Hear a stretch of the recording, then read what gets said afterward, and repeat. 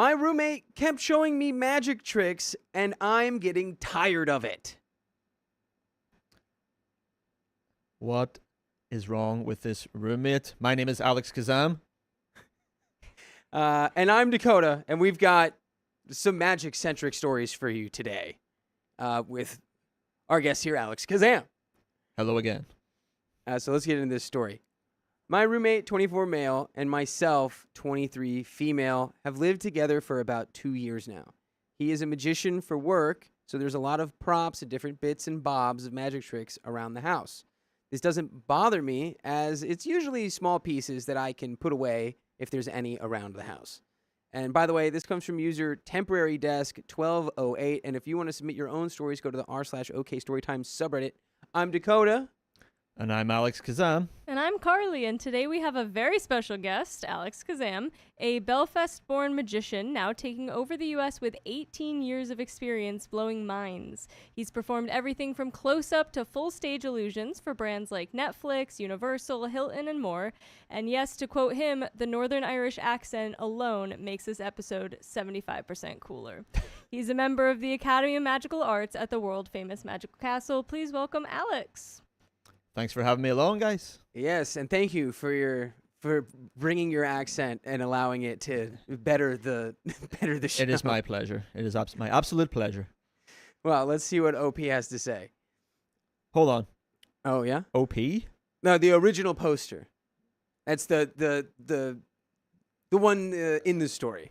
It's Okay. Reddit speak for Boomer alert here. Yeah. It's OP. It's pronounced OP. yeah, which is the letters OP. In my mind, when I read Reddit for like the last 15 years, in my mind I've been saying up. Well, it's technically not wrong. Yeah. So it's pronounced, okay. Yeah, there should be a little I'm going to learn a dot. lot today. I learned a lot today. O.P. Yeah, they should put dots in between. Yeah. Anyway, sorry for interrupting. You're fine. So, here's the thing that does bother me. Multiple times a day, he shows me a magic trick he's been working on. As he's working on the tricks, it usually is the same trick multiple times in a row. When he first started showing me when I moved in, it was a bit of a...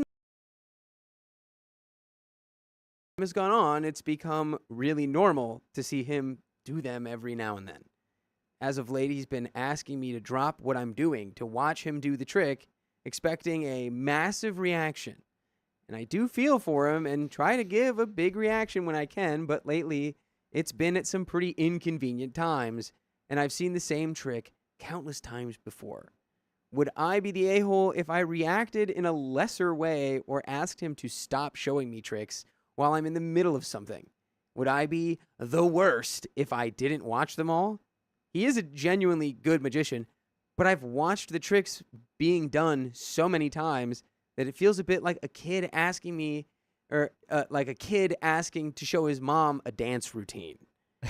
And we do have an update, but yeah, what... Well, okay, so I'm torn here because part of me, like my ego is saying, you know, like, why wouldn't someone want to watch magic all the time? Yeah. Because it's great. That's why I'm a magician. I love doing it. But I get it. Like, some magicians are torturous with this, you know, like, because it takes, like, when you want to learn a trick, it does take, like, endless practice. Right. And if you have someone trusted, you know, like, usually it's, you know, in my case, it's my wife. So, like, you know, I can torture her all day, and she has to watch them because she's married to me, Right. you know? Yeah. Whereas this person, you know, they can walk out at any moment, you know? They're just housemates. Or Right, yeah. roommates, as you say. So, yeah, and then, like, also, you know, I think some magicians, like, so you obviously want to practice on someone that you know you can trust, Mm-hmm. because you're going to get it wrong, like, you know, 1,000 times. But then you do build resentment, you know, with this one person who's like just trying to, like, you know, walk into the bathroom and you're like, hey, look at me, Yeah. you know? And it's like, I know what you're going to do. I Yeah. know it's going to be the 7 of clubs. Yeah. I know that you wrote my name on the card and it's behind my ear. We've done this. But at the same time, you know, she has to tread carefully, like, you know, don't hurt the guy's feelings. Yeah. Like, you know, like, it is important. Like, we do need those trusted people sometimes just to, you know, help us get to the point where we can then bring it on to a lay audience, you know, like a regular audience.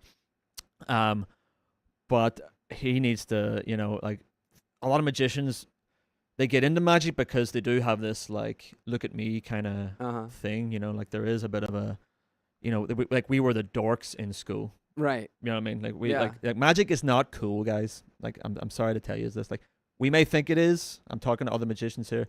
It's not really that cool. Like you know it.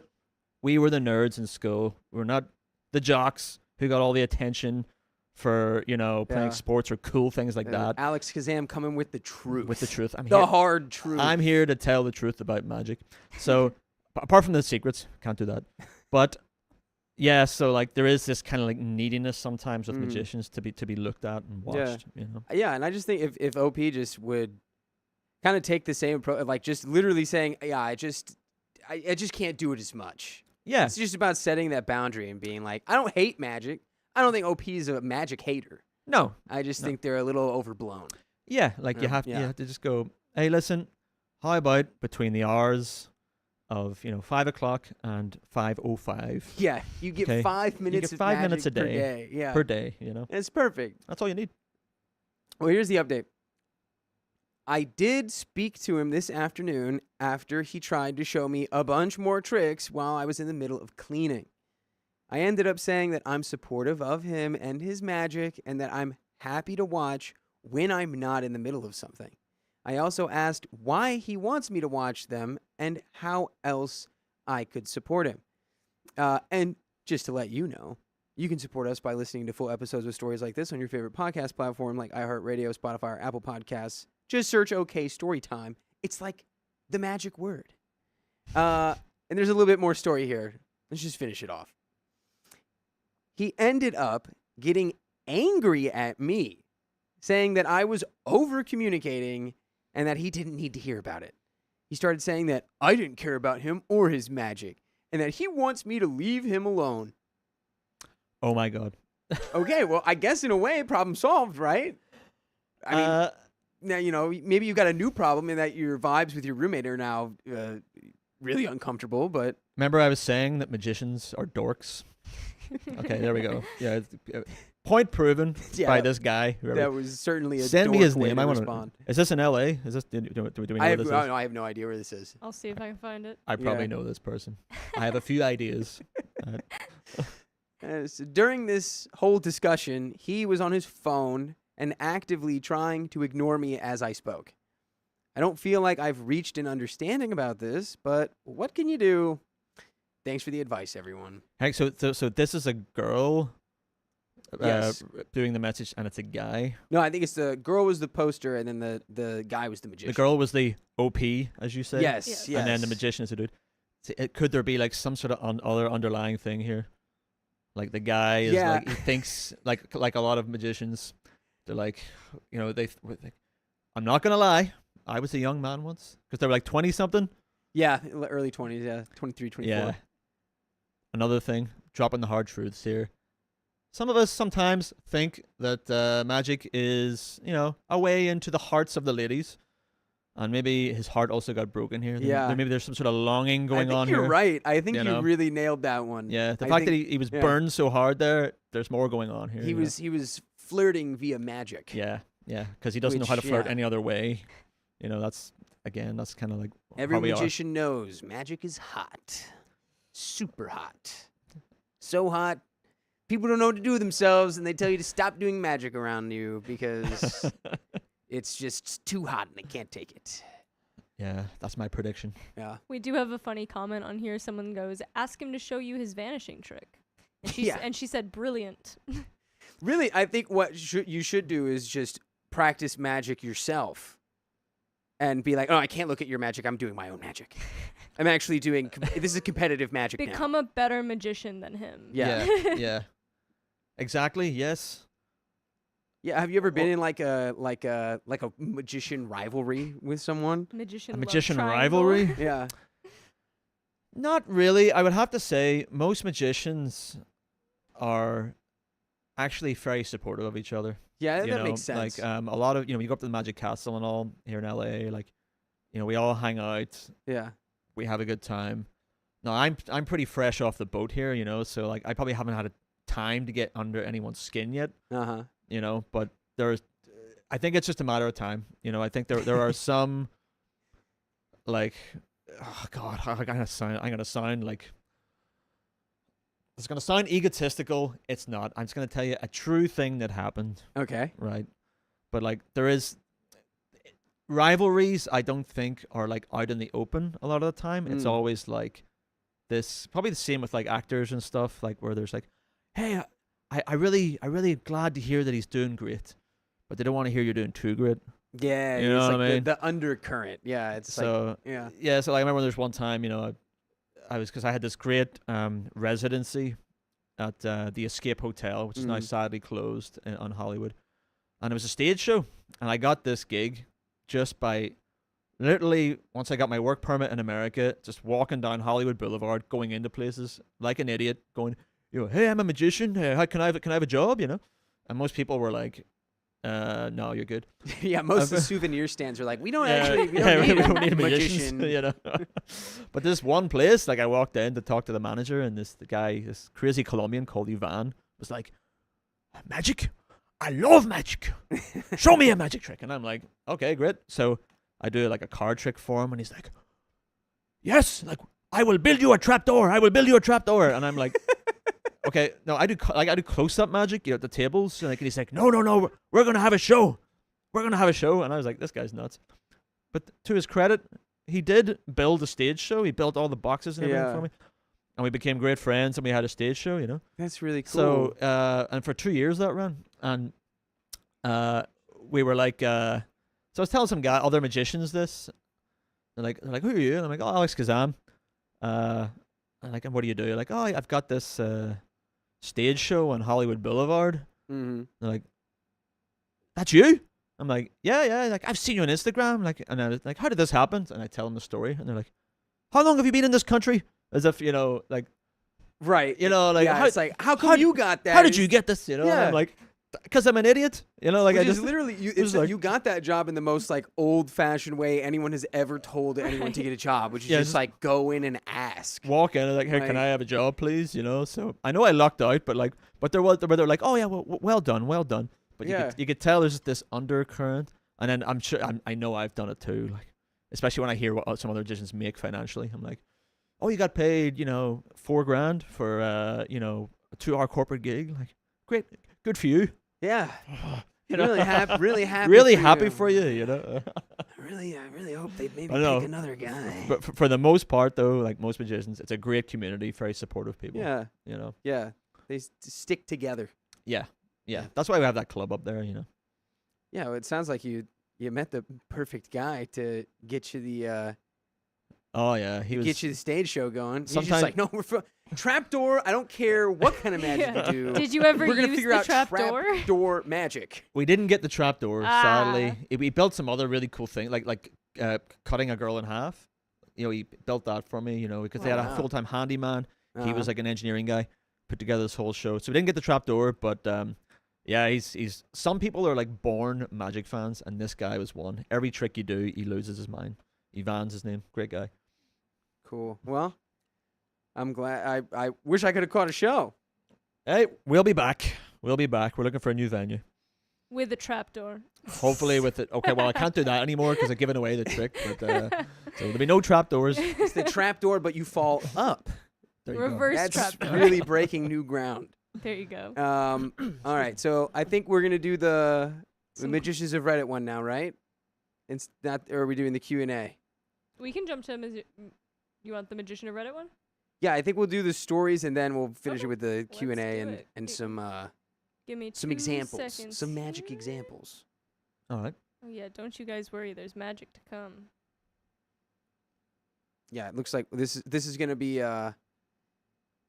Magicians of Reddit. What are times bringing up an audience volunteer did not go as expected? Oh. Yeah, Oh, Which- okay. I'm sure is one of the common pitfalls. Absolutely.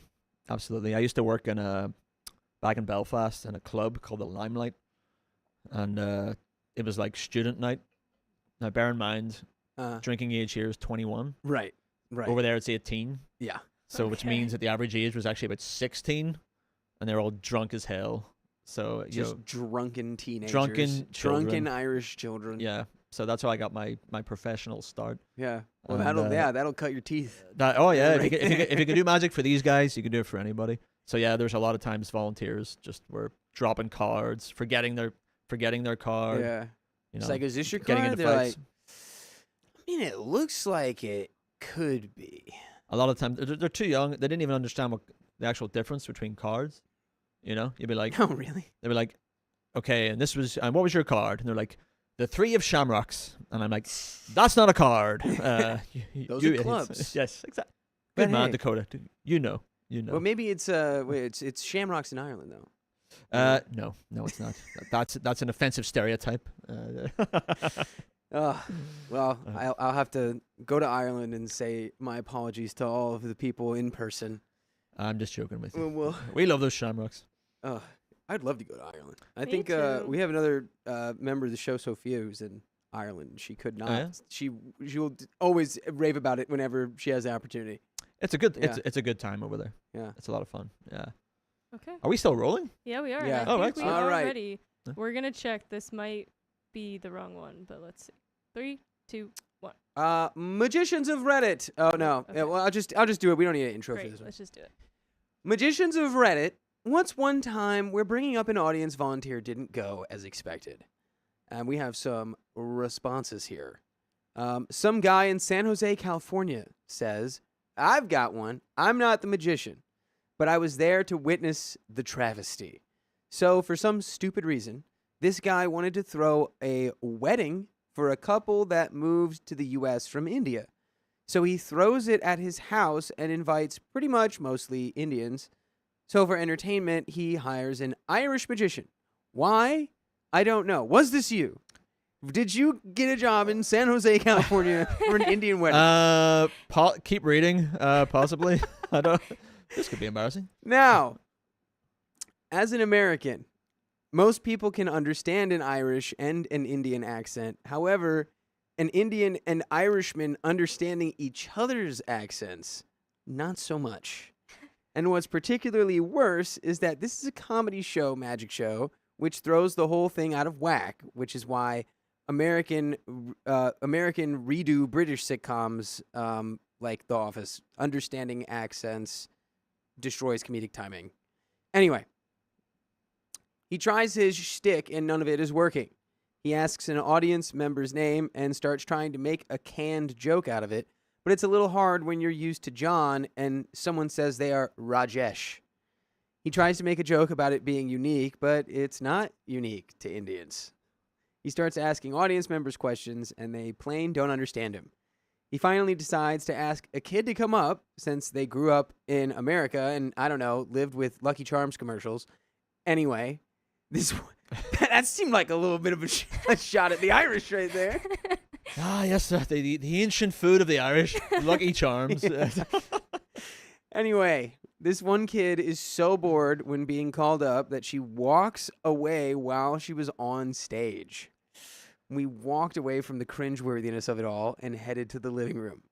He saw him walk out at the end as the most dejected man I have ever seen. That was not me. Yeah, Just to clarify, that was not me. However, I wish I was there because this sounds amazing. Like, I love yeah. a car crash sometimes, you know. Have you ever had someone come up on stage and just like, walk off in the middle of the bit? I'm glad to say it's never got that bad, you know. Yeah. I remember probably one of my worst moments, which actually was great, was sometimes when you're doing a trick, you need someone to use a certain hand so the audience can see better. Yeah. So say our audience is over here. I probably want you to use a hand on this side so they can see better rather than maybe one on this side. you know. Mhm. So this guy, I was like, okay, I need you to hold out your hand. And he held out the wrong one. It was kind of awkward, and the way my body was angled was really awkward. And I was like, oh, no, hold out the other hand. And he's like, no. And he's like, he's got it behind his back. I was like, no, hold out the other one. And he holds out his other hand to reveal a stump where his hand used to be. There was like no hand there. And the whole audience just went berserk laughing, and I just had to take it on the chin, I was like, Yeah, but he was good. He was a good sport about it. Yeah, he knew what he was doing. Yeah. He was just setting up the punchline right there. He was trolling Yeah. me. It's kind of like But, the same energy as like asking like a blind person for a high five. Yeah, And exactly. Yeah, it's yeah. like, well, no, you know what? We'll work with the other hand. Yeah. Well, we have another response here from Brundage Magic. Says, "Hi guys, magician Steven Brundage here. You might have seen me perform Rubik's Cube magic somewhere. Does this guy's name ring a bell at all?" Not to me. I'm sure I have. I'm sure maybe he's a well-known guy. I don't know. There's a lot of magicians out there. And hey, Rubik's Cubes aren't magic. It's just algorithms and math. And there's nothing magic about. Well, Yes, I don't know. There's definitely no tricks involved with those Rubik's Cube tricks. So one performance sticks out the most to me. I performed a trick where I ask a spectator to hold a Rubik's Cube in their hand, and I make a card appear inside the Rubik's Cube. I street performed around a few years ago and asked this absolutely beautiful girl to please hold out your left hand. And the crowd got very silent, and I had no idea why. Then I looked over to the girl, and she was missing her entire left arm from the elbow down. Thank God it's not only me making this dumbass mistake. Well, I mean, his is a little worse because that was the whole from the elbow down. From the elbow yours, down. Yours was just the hand. This was missing the entire appendage. What are the chances? This guy continues, "I was stunned and didn't know what to say. She came to my rescue and said, 'Can you make it grow back?'" It's gotta be rough when you go, no, I can't. I can make, all I can do is make Rubik's Cubes. But is this your card? Yeah. How old was this girl again? Was she like, I don't think they gave an age, but that is great. yeah. Very witty. Well done. Yeah. She's clearly, she knows how to stick and move. The crowd had a good laugh, and I was mortified. And then, and that's that. You move on. That was a good one. That's great. Honest Yeah. mistake, Honest mistake. Man, It'd be way crazier if you called her up on purpose to do and I'm going to make your arm grow back. And then you made a joke about it. It's like, oh, I guess the magic's not working today. At least you can't, Yeah. at least makes it harder for you to try and grab you, Yeah, which is you something that happens tactically- a lot. They're trying to like put your hand up your sleeve and everything, At least you're only looking after really one hand there, Yeah. Yeah. I remember got less to look out for. when I got to LA, like at that venue at the Escape Hotel, I had this, my big, everyone has their LA celebrity story. Uh-huh. Now I had to sign a non-disclosure agreement, so I can't say who it was. Oh, okay. But there was a celebrity came in and would not keep her hands from up my sleeves, like was constantly grabbing. She was in there with her husband. We'll say she found love in a hopeless place when she met Alright. when she met Yeah. her husband. Helen Mirren. Helen Mirren, yes. Damn it. Helen Mirren's They're on to me. always notorious putting her hands up Yeah. your sleeves. Yeah. That's why I love her. But She's yeah. a crazy girl. But yeah, Uh, very handsy, yeah. Helen Mirren. All right, we've got another from Leo Cat. This is a bit off topic, but I feel like it belongs here. My father is the son of a relatively well-known magician, and thus knows a lot of the tricks of the trade. One day, he was with some friends at a place with a magician who went from table to table. When he reached my father, my dad challenged him to somewhat of a duel, saying he could figure out any of his tricks. The man agrees and begins doing a mind-reading trick where he accurately described every tiny aspect of my father's childhood bedroom. My dad, of course, is blown away, as he had no clue how this man knew any of those things. Okay, well, that took a twist. I thought it was going to go the other way. Yeah. Have you had anybody confidently be like, I'm going to pick that apart. You've got the ace in the hat on your I don't know how magic works. Yeah, no, that kind of sounds a bit out of line, to be honest. This whole like challenging to, I'm gonna tell you how you did this. You Yeah. know, like a real magician wouldn't do that. Especially Yeah. in front of a lay audience. You don't want to get into this kind of, Get into the challenge. peeing contest, you yeah. know, with other magicians in front of, you know, a regular audience like that. Well, you and know? this guy wasn't. He was just the son of a The magician. son of a magician. He broke yeah. away from the tradition. So he should know, like, you know, his Yeah. father would be ashamed, if I'm being honest. Yeah, he would be. If he's, would that carry on, you know? He's probably. What's a magician joke about rolling in your grave? I don't know. Well, that's anyway. That one didn't work out. We're gonna keep going. So the magician saw his face, laughed, and walked away, saying, "Your dad and I are old friends. I stayed with them last week in your room. I recognized you from the picture still up in your room." Oh, that's amazing. Yeah, you know what? That was worth it for that story, Yeah. for that guy being an ass. Yeah. How did you do magic? Well, home invasion. But I was invited though. That's funny. Yeah, and then right there, the magicians, they stick together. I know. Still, yeah. But then, I mean, that's a dilemma, because obviously you want to, like, because essentially he revealed a magic secret there. He revealed the secret as to how he did the trick. Magic secret. I'm friends with your dad. So technically, you know, he could be getting into trouble for that. However, this guy kind of deserved getting served like that. Yeah. Yeah. I can't imagine that. That would be so crazy. Being like, yeah, I know all your tricks. How does this guy know what color my bedroom walls are? This is absurd. He was staying in the room. God knows, like, what he was up to in there. Yeah.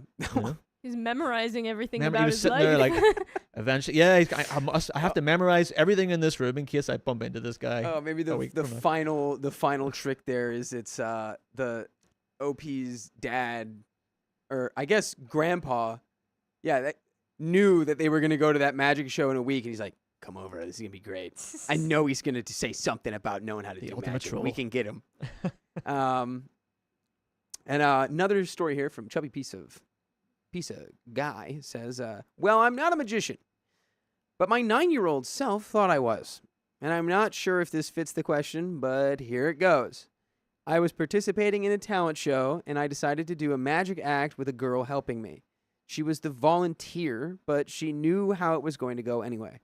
My trick was to toss a quarter into the crowd, and it would magically appear in her hands, because she already had one. Breaking magic rules. You breaking the magic rules. Wait till I get a hold of this guy. Gonna make him disappear.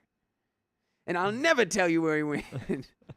I thought the quarter wouldn't make a sound, but it did. And some people scrambled to pick it up. After that awkward pause, she showed her quarter. I thought everyone would say, "Whoa!" And of course, no one did. Very awkward experience. Afterwards, I did the little "my thumb is coming off my finger" trick to redeem myself. Wow. I don't know how much you redeemed yourself there, dude. Honestly. Well, man, how old is he? Said he was 9 years old. 9. Well, honestly, what can I don't even think I can't even remember how to do that. Yes. There you go. Oh my God. Oh, Yes. folks, I'm as good as a 9-year-old, We just witnessed folks. surgery. As good as a 9-year-old. No, At least as good as a 9-year-old. Nice. Let's see. We've got some more on here. I'm just gonna go. Wait, where is this? Where does this start? Hold on. Here we go. The slight bulb one is actually kind of Oh yeah. funny style. Okay. So we'll probably do this one and then go into the Q&A. Yeah, let's do it. Okay, nice. Okay.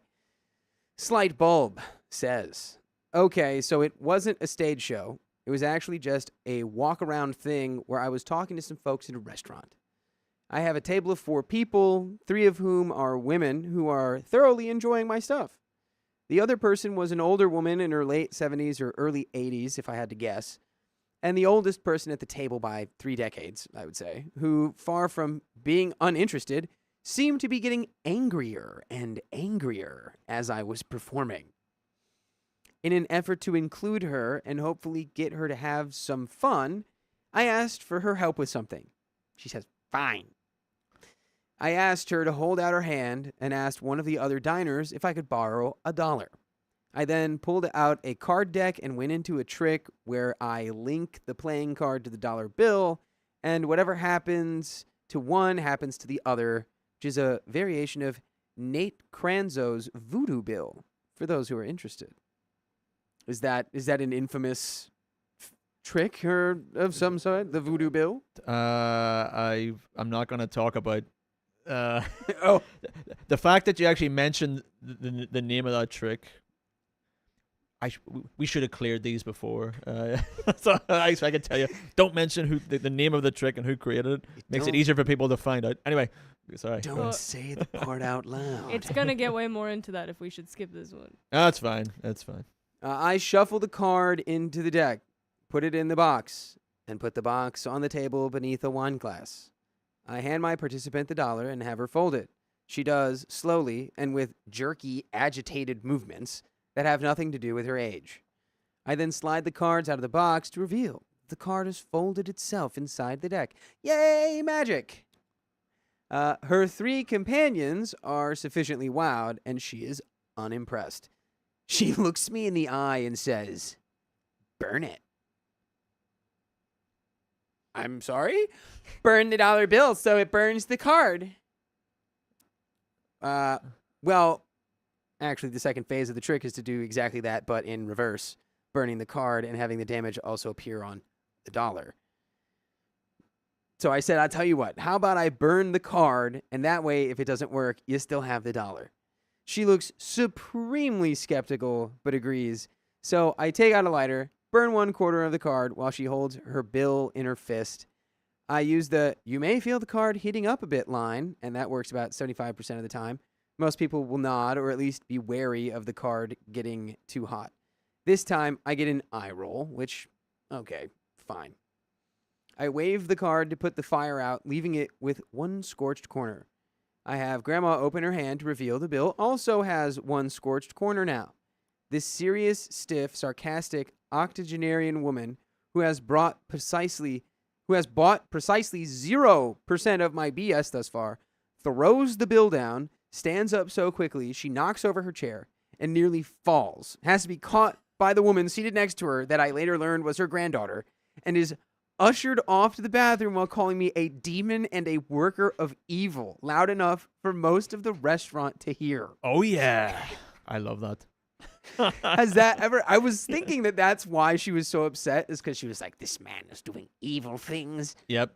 Yeah, I've had it. Yeah, like I did a wedding back home, and it was I don't know. It was one of those kind of weddings where like the first thing I noticed was that no one was drinking, and I was like, okay, this is these people are not here to have a good time. We're just drinking up the light of the Lord. That's today. It was that kind of vibe, you know. And like most of them were fine, but you know there was this one guy in particular, an older gentleman, shall we say, who just as soon as I approached was like, "You do know cards are the work of the devil, don't you?"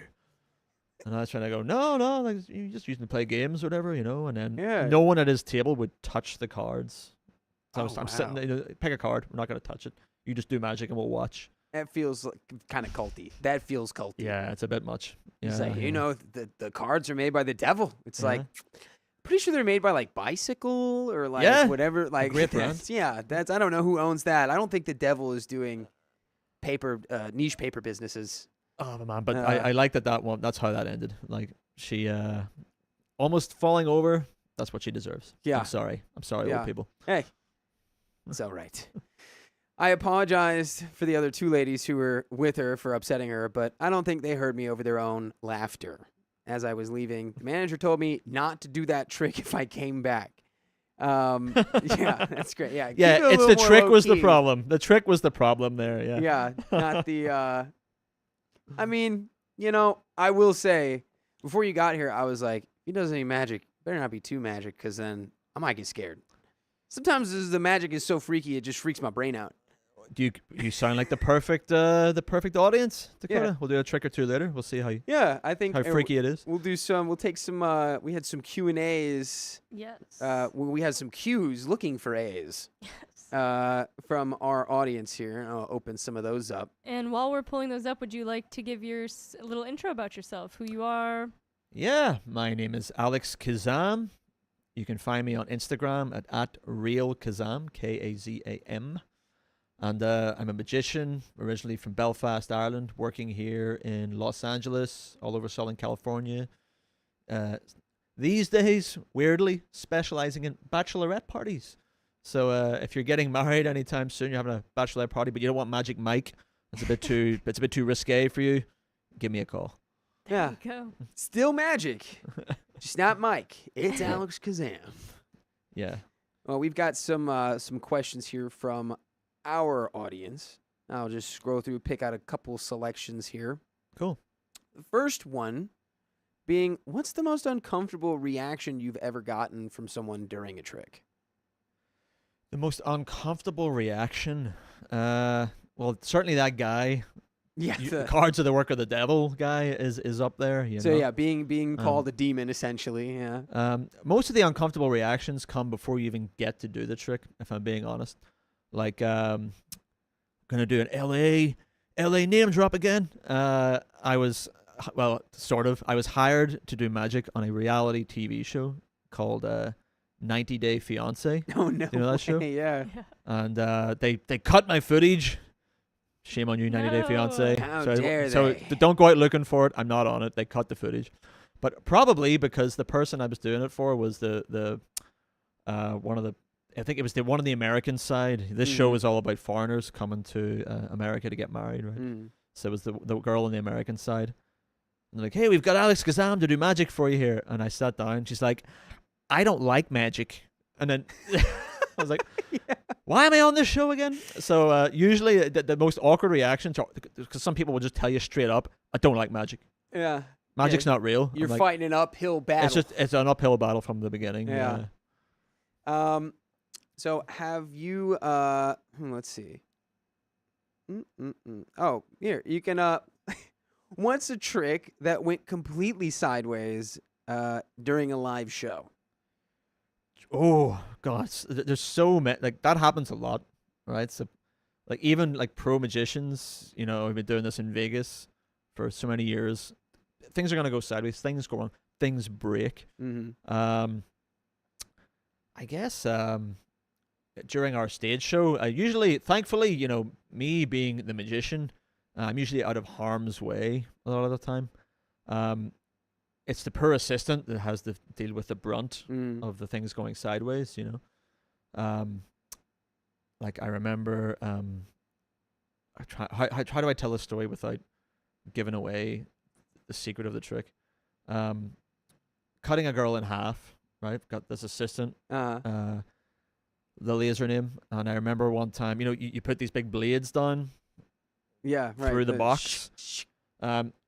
I don't think I'm giving anything away here when I say that we're not actually cutting them in half, right? It is a trick. Oh, come on. I know, Why would I I watch know. the trick if I know she's not really being cut in half? So when I slammed the blade down once and I felt what sounded like bones crunching, I was like, something has gone very sideways here. And I was just praying like that whenever I, you know, put her back together again, she'd be able to walk out of the box. And she was, thank God, just about. Yeah. But I got an earful after that, rightfully so, for messing up that part of the trick. Right. Yeah. That's the part where you don't actually cut someone in half. Yes. Yeah, exactly. Making sure that's the really where you gotta nail that one. Well, I'm glad she was okay. Yes. Yeah. It took her, you know, a couple of days, but she was fine. Just had some super glue in the back and put her back together. That's, okay. What is the strangest place or situation you've ever been hired to perform in?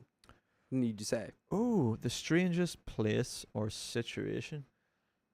I'll tell you exactly. I haven't done it yet. Oh. It's going to be this Saturday. Uh-huh. The place is normal. It's someone's just someone's home. Mm-hmm. But I think I can get away with saying this. It's sort of it's PG enough. It's when I heard what the theme of the party was, it was like the most LA thing ever. I was like, I got to do this party. It's a breast reduction celebration party. And I'm not lying. I will go to my Instagram. I'm going to post photos of this, right? So you can see I'm telling the truth. That's amazing. Yeah, I think someone, I forget her name, but she's hired me. She saw me at a different party. She's having she was like, well, you know, I'm kind of making my breasts disappear, so I felt it would be good to have a magician for the party. Oh, that's perfect. So yeah, I think she's got back problems or something. I think because So Yeah. I was like, okay, well, you know, that's Incredible. I am down. I am down for this. So there you go. Yeah, she did a magic procedure that made her lower back pain disappear. Disappear. Yes. Yes. Someone was wondering if you're allowed to reveal who was on 90 Day Fiance.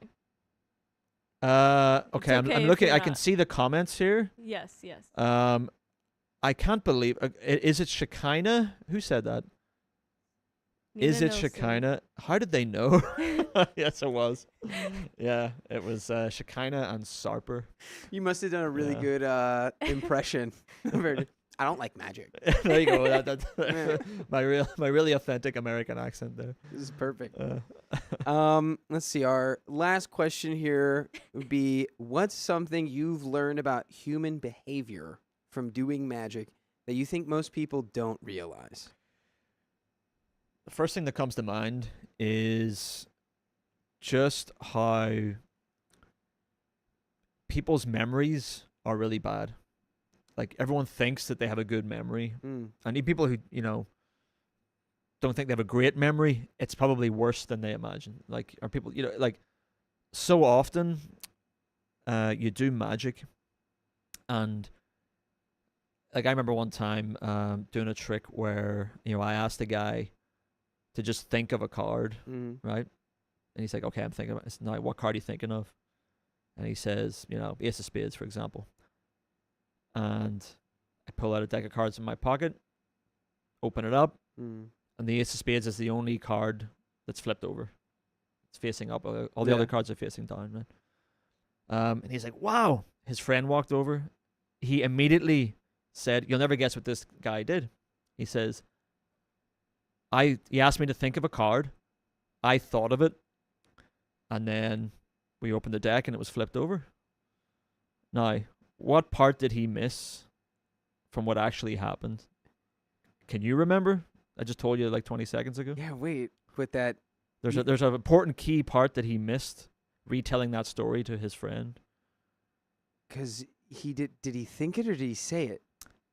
That's the thing. He Yeah. thought it and then I asked him and he said it. But in his mind, he forgot the fact that he said it. You know, and then the guy was like, but you must have told him what the card was. And he was like, no, I just thought of it. You know what I mean? But that happens Right, all yeah, the yeah. time. And it's only because we've done some of these tricks like 1,000 times that I know every step of the way what's happening. And I've seen people misremember things so quickly after you do it, which makes me terrified. Like if I'm ever going to trial for some reason, you know, like you have to rely on witness testimony. It's and true. stuff. Yeah. That's you know? actually. I went down quite a rabbit hole of like eyewitness testimony and like police interrogations for a second, and like Yeah. yeah, that's one thing is it's almost useless. Like an eyewitness testimony of like, yeah, it was that guy there. Yeah. It's like that same person. You could take a completely different guy and put them in that context, and they go, yeah, no, it was that guy. Seriously, you know, I see it with my own eyes all the time, just how malleable the human mind is. Yeah. And then we magicians, like we rely on those little flaws of the brain Uh-huh. to make our tricks work a lot Right, of the yeah. time, you know? I mean, that guy was giving you an assist. He made you even more magic. Exactly. It's like, no, he read my mind. Yeah. I thought it, and he read my mind. Then I was in this situation where I didn't want to contradict him. You know, Yeah, it was like, yeah, why would you? I'll just let him believe because it's more amazing for him, Yeah. you know? Yeah, don't So- ruin the moment. It's like telling Yeah. telling kids about About who, Dakota? Santa, who's real. Yeah, We- but of course he's real. Why wouldn't he? Who else brings all those presents? Well, that's interesting. So the thing you learned from human behavior is don't trust eyewitness testimony in a court of law. Just pray to God you don't ever end up in court. That's, Yeah, perfect. And just before we get, because we're gonna do some magic here, folks. I don't know if you yeah. I don't know if you weren't ready for that, but it's happening. Yeah, and we can check in about you have to get to the Magic Castle after this. How are you on time? I'm good. Like I what time is it? It's Oh. 4:04. Loads of time. Okay. Nice. Yeah, we could do a couple of. I can get a couple of card tricks in. Okay. All right, perfect. perfect. Yeah. So before we get into that, but anyone who would want to learn more about you or work with you or follow you, where should we send them? Yeah, so check out Instagram at real, R-E-A-L, Kazam, K-A-Z-A-M. Or you can check out my website, alexkazam.com. Perfect.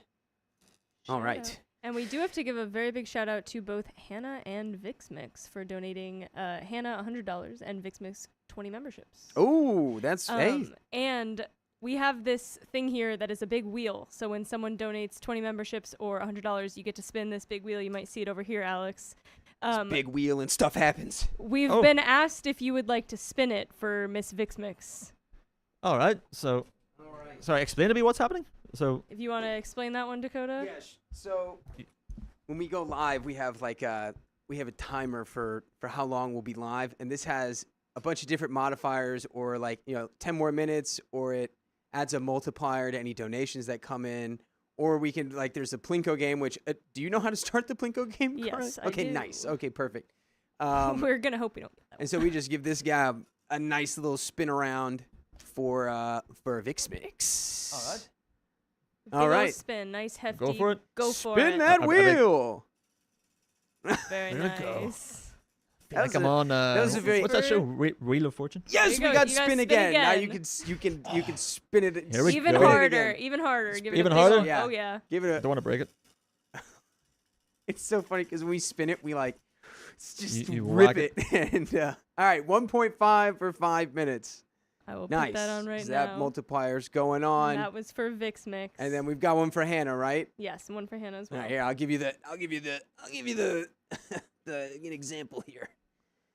Yeah, you see how the pros do Let's it. see how the pros spin that wheel. Oh man, look at him go. It is kind of freaking me out though, the Hannah. thought of if this just came off.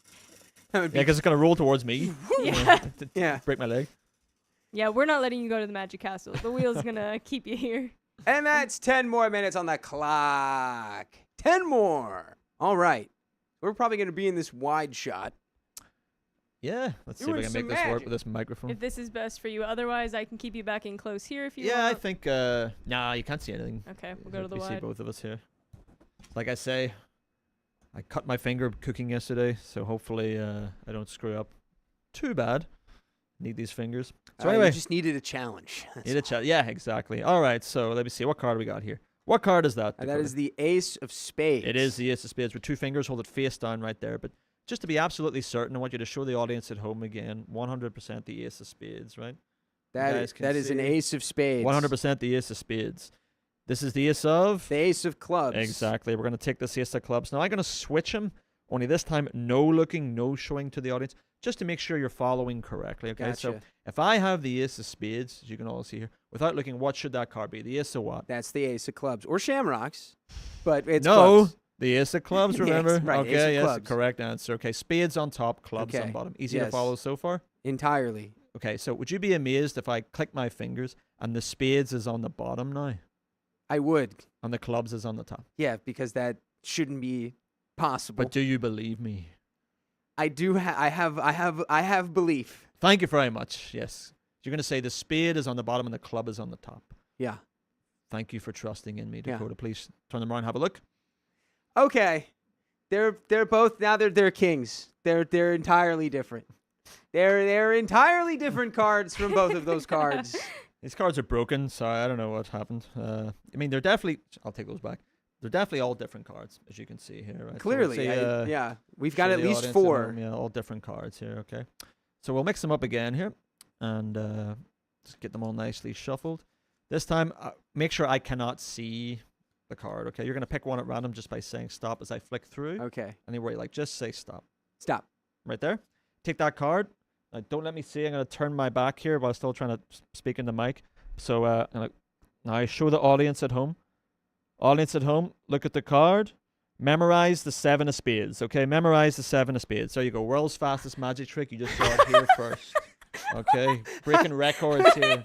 Okay, story time. The 7. Oh, there, yeah, it's the 7 of spades, right? I'll tell you what. Oh my God. Just say stop again. Just say stop. All right. Stop. Happy here? Yeah. Okay, that's great. You gotta stop picking that 7 of spades, Dakota, right? You already picked the 7 of spades. We want a different card. We want a different card. Okay, so I'll tell you what, I'm gonna Now, take... if I was that old lady, this is when I'd start getting huffy and puffy. It's the work of the devil. Ah. Right. We're going to take the 7 out of the deck so we can't pick anymore, right? 7 comes out of the deck. Stick it underneath your phone there. And just say stop. Just pick something else. That's great. All right, stop. Right there? Yes. So take that card. I'll put the rest on top. So please.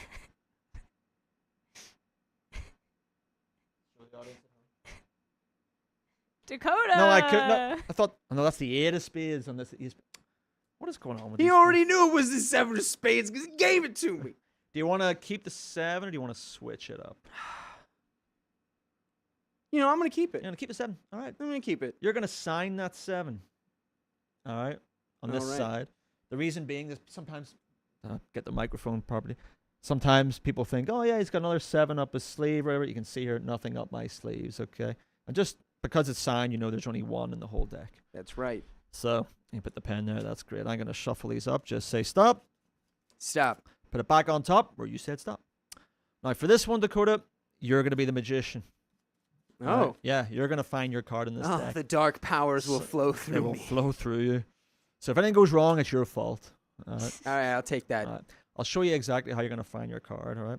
You're going to take a different card. Say the 9 of hearts here, right? Okay. You take the 9 and you slide it somewhere in the middle like this, but don't let go. Okay. The reason is that I'm going to pick up the top half of the deck where you slide it in, flip it over to show the audience that this will be your card whenever you do it. Okay. So it's a 1 in 52 chance. Okay. But wherever you slide it in, that's where your card's going to be, your sign card. All right. Slide it right in, anywhere you like there, slide it in.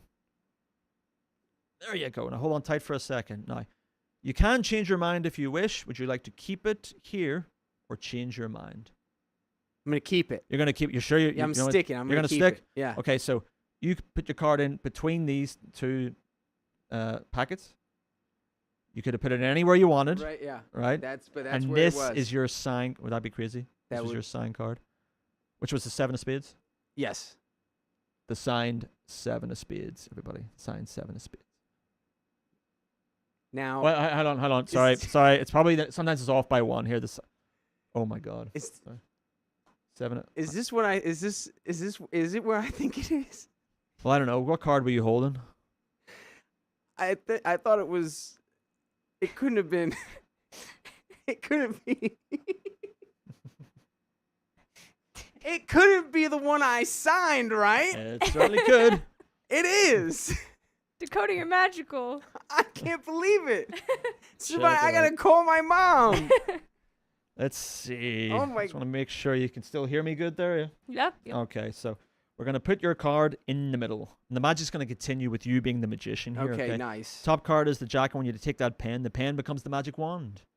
Right? Because as you see, the top card is a jack of diamonds, but you wave the magic wand. I didn't have to tell you to give it a tap. You knew to do it already, bro. That's great. part Yeah, of the. you made it jump to the top, right? It jumped from the middle to the top of the deck. See here? Right? In my brain, I know that this is not dark magic, It but is. I It's cannot. dark magic. I actually am in league with Satan. That is just. All right, check it out, Dakota. I'm gonna take. My mind is blown. I'm gonna take the card, right? I want you to pick up half of this deck. You're gonna pick up about half of that deck. Okay. All right. So your card. Now you see it go in the middle. That goes back on top. Okay. You get your magic wand. You give it a wee wave. You give it a tap. Oh yeah. Just like that. One card jumps from the middle right to the top. There you go. How? Now how in the world are you doing this? Magic. Okay, we're gonna take it. Put it face up. Now you can see it's going face up. It's the only card that's flipped like that. See? It's the only card that's Yeah, flipped face up. Okay. I get my sleeves up again, 'cause people always think there's something up my sleeves. Just my arms. Nothing in my hand here, right? Let's get some teamwork. I'm going to rub the deck. You're going to wave the wand over Okay. my hand, okay?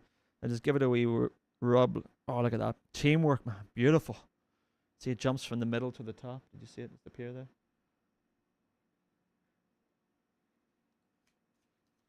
Sometimes it likes to jump to the top, I'm right? speechless. Sometimes it likes to jump to the bottom. We'll do it again. Okay, the bottom card is at 7 of diamonds, right? Give it a wee wave. I'll give it a rub. Beautiful. Oh, look at that. Like, see, you're doing all the magic here, bro, not me. Like, it just jumps to the It's the true. bottom of the deck. I'm the magic one. That is so impressive. Thank you. Here, Yeah. one last time, okay? One last time. Or maybe two Okay. last times. You're a good audience. We take it. It's the king. Wave the wand. Give it a tap. my help, you could be the best. Oh my god. I think we could take this show on the road. I think with my insane magic ability, this could be a real new showstopper. magical double act. Yes. Wow. Bringing the two countries together here. Sorry guys, we got to end the live. They're going on the road. Sorry, yeah. We got to get to the magic castle. I have a magic Dakota wand. has a show to do tonight. You have a show. You are not getting this back. That's This okay. It's yours. is my prized possession now. Okay. Well, in that case, you can keep on your card as well. There you go. I'll take that back. Yeah. Dakota, it was in your ear the whole It was time. in my ear the whole time. Oh my god. I feel like I'm blushing. You are. Oh my god. But that was. Wow. Thank you so Yes. much. Hey, well, Excellent thank you guys job. for having me. This was fun. My first Unbelievable. ever podcast. Wow. We're happy Yeah. to be your first Yeah. podcast. Yes.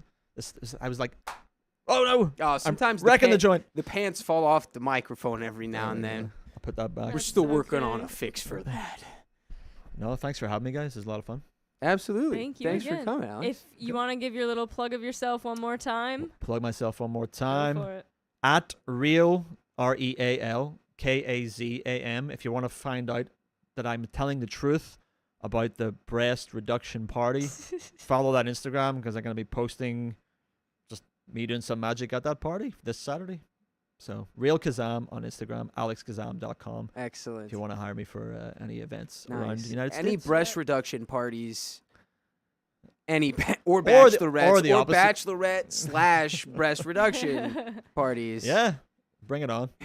And we did have one more specifically for Alex Mhm. Dono here. Dakota, if you want to read that for him. Vix Mix, thank you for the $5. Vix Mix just wanted to let us know that Irish magic is the best. Vix Mix, I concur. Thank you. And do we have do we have another membership down there? We have a 'Cause whole I see bunch we if got we to wanted another to- 30 minutes there. We got to another hour. Thanks Oh. to Heidi Vincent with 20 more gifted memberships and Hannah. So I'm Classic another 100. What is a Hannah, gifted? Hannah. Sorry, once again, boomer alert. What is a gifted membership? What is that? There's a membership to our stream. So there's we do Tuesday and Thursday we do public streams, but Monday, Wednesday, Friday we have members only streams. So for the members of our channel. so people are gifting memberships so other people can have Yeah. free memberships. Oh, Yeah. okay, cool. Yeah. How nice of them. It's a Thank you for nice gifting little- memberships. circular economy. Is that the right word? I don't know. I'm not an economist. I'm just magic. I've got the proof right here. Sorry, Alex. You gave me all your magic.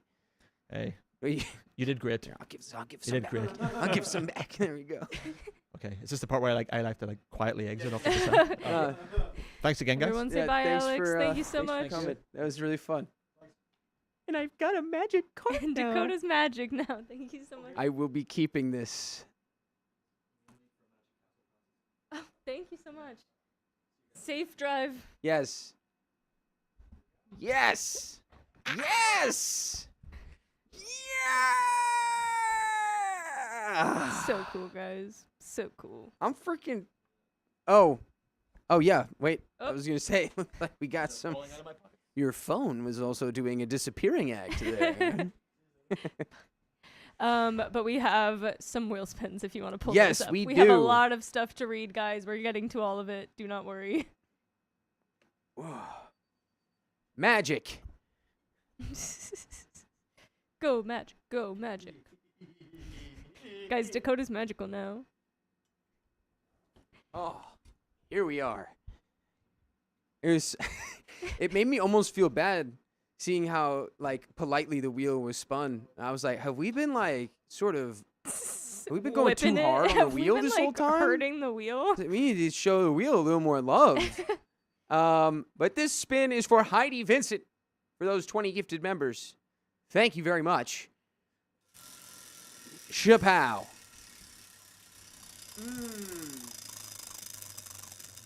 Listen to that. Oh, listen to those dulcet tones. That's a 2X. That's a fact. 2X for 5 minutes. Wow, that really is, and it's going on right now, guys. the most sacred spot on the wheel. Dakota's truly magical for y'all. It's been so long since I've hit a 2X for 5. But here And we here are. it goes. Magical card and hat and all. It's from the magic in my head and my hands. Katira Rain says, "Didn't you step on the wheel last week?" No, that was 2 weeks, 2 weeks ago. ago. And the wheel has recovered appropriately. Mostly. I'll say appropriately is the word. And Hannah, thank you for that hundo. Just dropped right in the Ko-Fi where YouTube doesn't take 30%. And we're going to spin that wheel for you right now in your immaculate jawline. Here we go. Oh, whoa. Oh, that one That sounded like something happened. felt, I like spun it. I spun it this way instead of this way. Plinko, please. All right, and that is a 1.5, right? Yeah, Okay. that is a 1.5 for 5 minutes. And that'll go on after the 2x. And that'll run right after the 2X, which is going right now. The 2X is on. The heat is on. Rainbow Ruffian, thank you for those 5 gifted memberships. And whoever got them in the chat, say thank you. Purple Axolotl 2026. New year, new Axolotl. Thank you for that classic 1 gifted membership. The Purple Axolotl gifted membership just hits a little different. Scarlet Kitty, you've been a member for 13 months. A baker's dozen. Thank you for all that you do. Love from South Dakota. Oh my gosh. That's my name. Love to Dakota from Dakota. That's my name. They took my name over there. Hey, what are they doing over there? What are you doing? Come on. Raven Run said, Dakota totally missed the chance to sing I've Got the Magic in Me.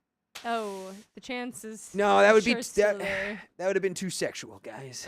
Okay. I don't want any of Mike's magic in me. No, but Alex was great. That was amazing. Alex was so great.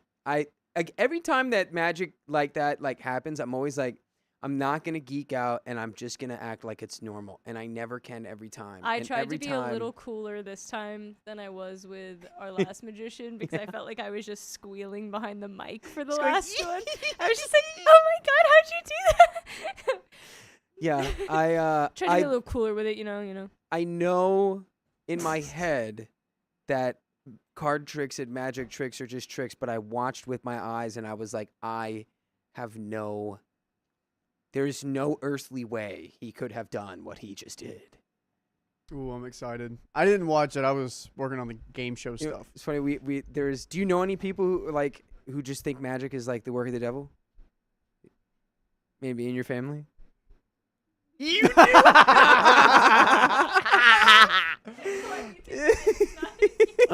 Yeah, dude, that's totally me. Dude, he told the story of he was doing like a wedding in Ireland, but he said no one was drinking, which immediately clued him in that something was wrong. And they were, I guess, like super like religious, and like there's an older man, like the patriarch or whatever, the family, like told him, he was like, the cards are devil's work, yeah.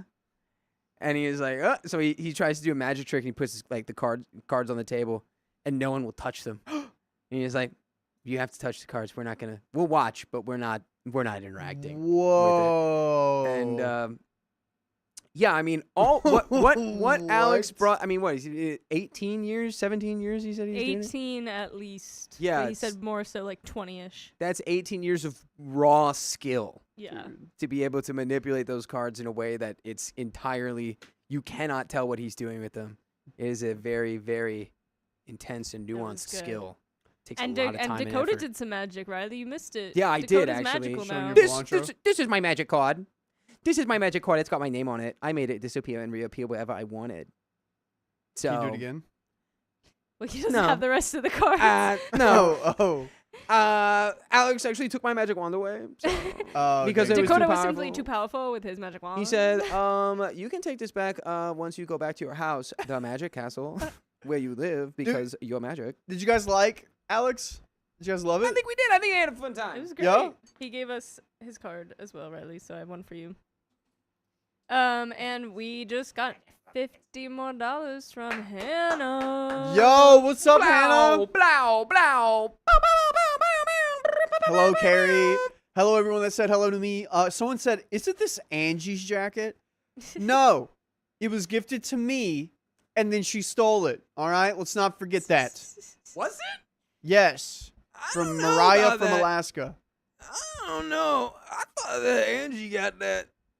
No, What would Angie say if Angie was in? I wanted like Alaska merch, and this is what I got. I wanted an Alaskan Yes. hoodie. Oh yeah, here we go. Hope Alex Mariah's was great. good. Loved him. You can invite magicians back anytime you want to. It was cool. Okay, cool. Yeah, dude, Alex was amazing. He was a hoot to talk to on the way out. Yeah. Also, I've been talking to some characters. Like, I do all the onboarding for the guests. You've We been got- talking to some We got some characters some coming real cards. through. Get him out of here. I don't understand. I that could one. eat this and make it reappear. It would just take a while. Dakota's face when Alex said the card in Dakota's hand as he turned around was absolutely precious. Yeah, no, that was good because he was like, don't tell anybody. I was like, and then he's like, don't tell anyone you have the 7 of spades, and I was like, what? And there's when he did the trick. I was holding the card. Yeah. And he's doing the trick, and he like pulls up the wrong card. As soon as he pulled up the first wrong one, I was like, there's no way it's the one in my hand right now. Right. I always get There's so no stressed way. when their trick is going like fake wrong. I start to get stressed out for them, and I'm like, wait, what if it is? What if we messed it up? That's a Yeah. part of their mind tricks. That's I part of know. the devil's work They right there. work on me. Honestly, well, what do they say? They say that idle hands are the devil's plaything.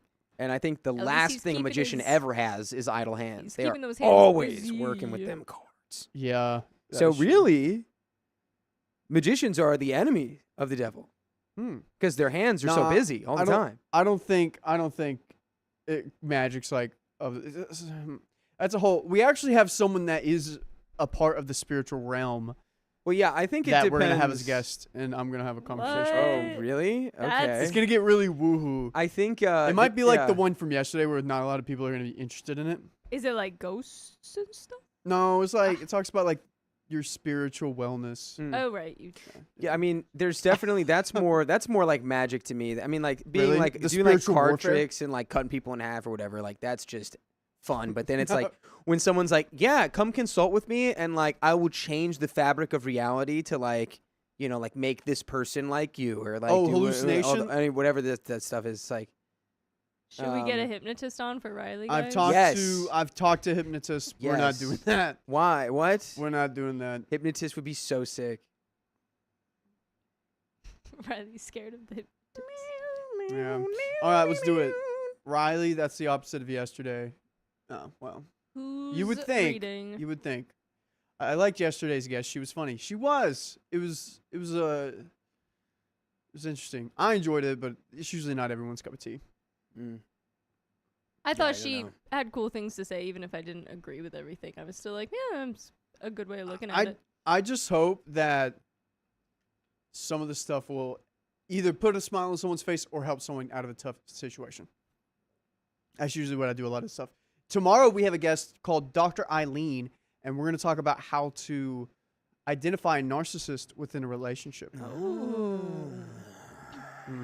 And she was like other things like sociopaths, all that kind of stuff. You should get a medium. Yeah, that I don't know. We already have that. We gotta It's stop. It's Keon.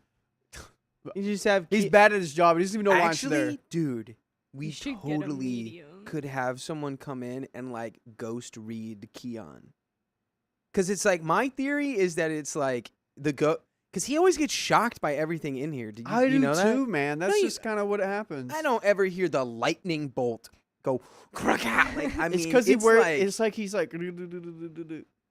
He don't know, doesn't dude. shuffle his feet though, and half of this I is don't know. concrete. it feels like he has more electrical like flow because he's got like spirits and stuff attached to him. I think Okay. it'd be I think the entertainment value of having someone try to tell me like with like just like going in raw, like I mean they wouldn't know how many ghosts are like attached to him, and if they like break down like the thing exactly the way it is, Especially I'd because it's already be- low key been broken down once, so we could like compare.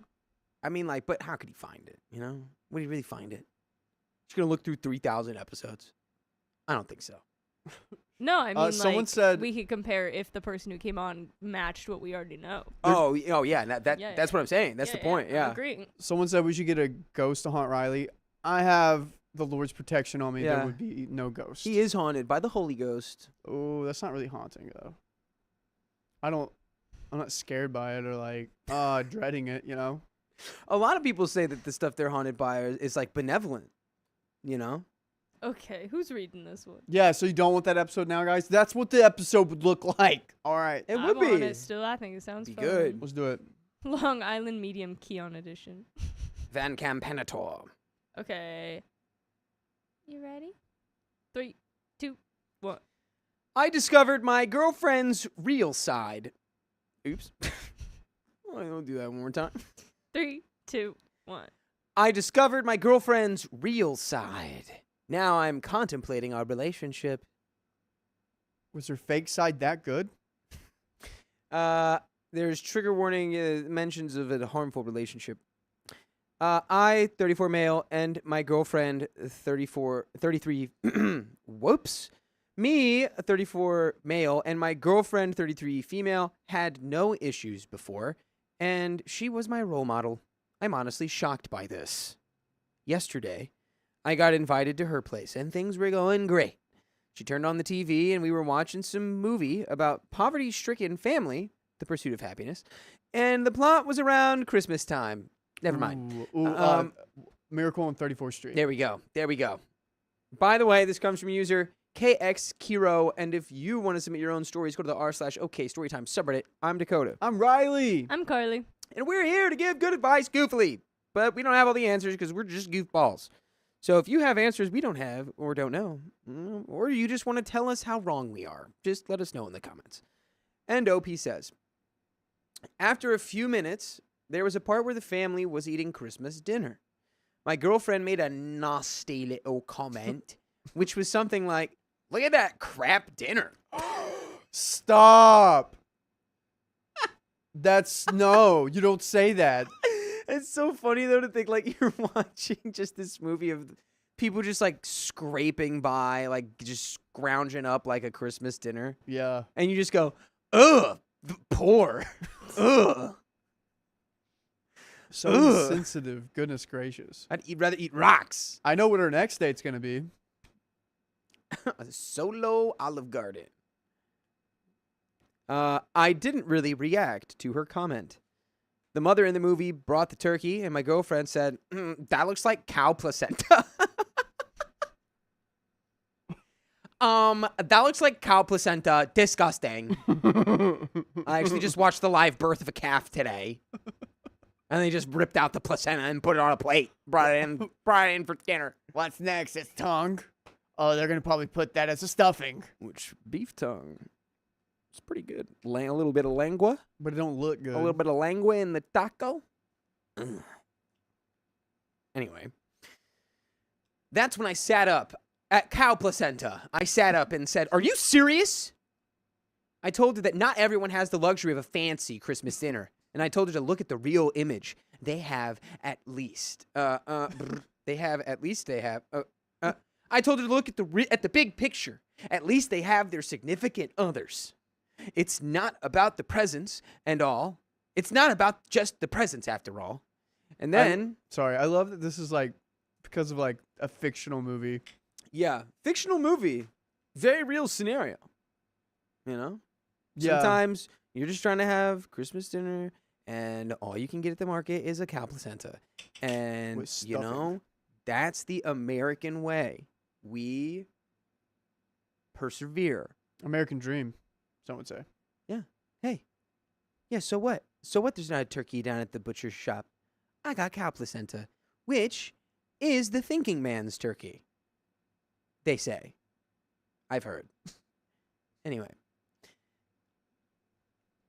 She then said something along the lines of, yeah, that money you spent on food to donate to charities on Christmas Day could have been used to fund me a better gift.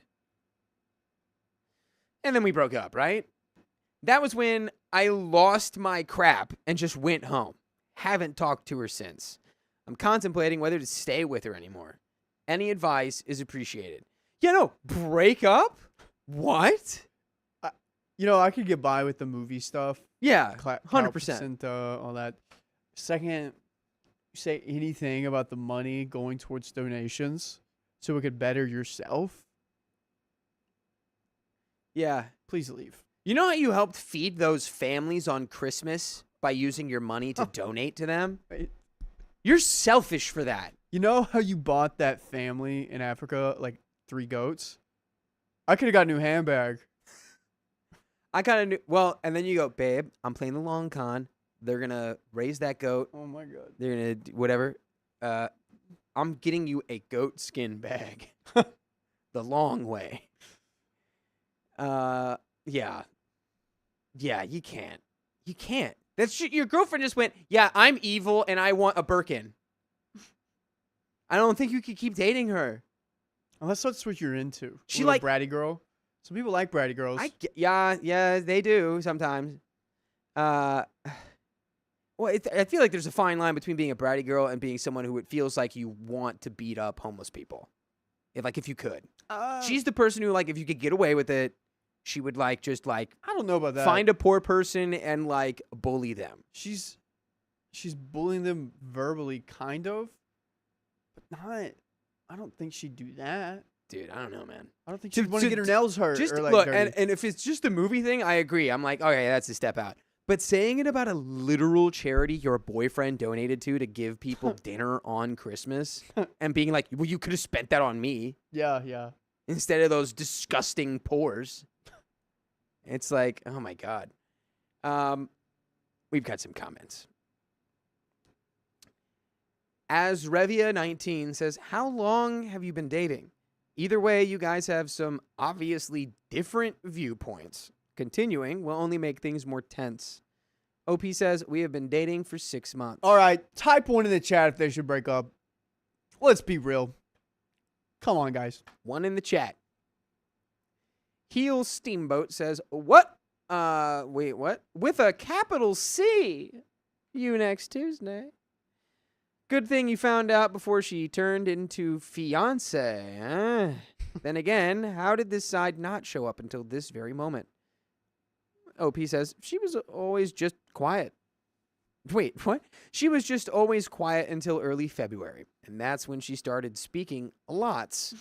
It wasn't always rude and silly. It was rather informative and overall a great person to talk to. He just Okay. hadn't spoken to his girlfriend. Yeah, she just no didn't really actual talk. conversation. It's like getting a capybara to trust you, you know? You're gonna be really skittish. They're gonna stay away from you for a while, but once you've been dating them 2 months, 3 months, then they start talking and they don't stop. I'm gonna have to agree with that one. That's how Tate's fiance was. She was pretty quiet to be Mhm. around. Now, open book. Yeah. Yeah. No, I can't make jokes about your brother's fiance. That's crazy. Okay, well, let's keep going. I don't know her, I know. Well, so it would be inappropriate. well, then keep reading. You didn't have to make that comment. You could just kept reading. He's waiting for you to give him permission to make the comment. No, I know. I was just trying to make Riley uncomfortable, honestly. Did it work? No, you don't know me that well to make me uncomfortable like that. Oh. Keep going. Keep reading. Jarrett Tan says, it depends, though. What did you get her for Christmas? OP says, for Christmas, I got her a 55-inch TV for her house, as we don't live in the same house. Dang! It's like $200 right there on Facebook Marketplace. Yeah. Or maybe he just stole it.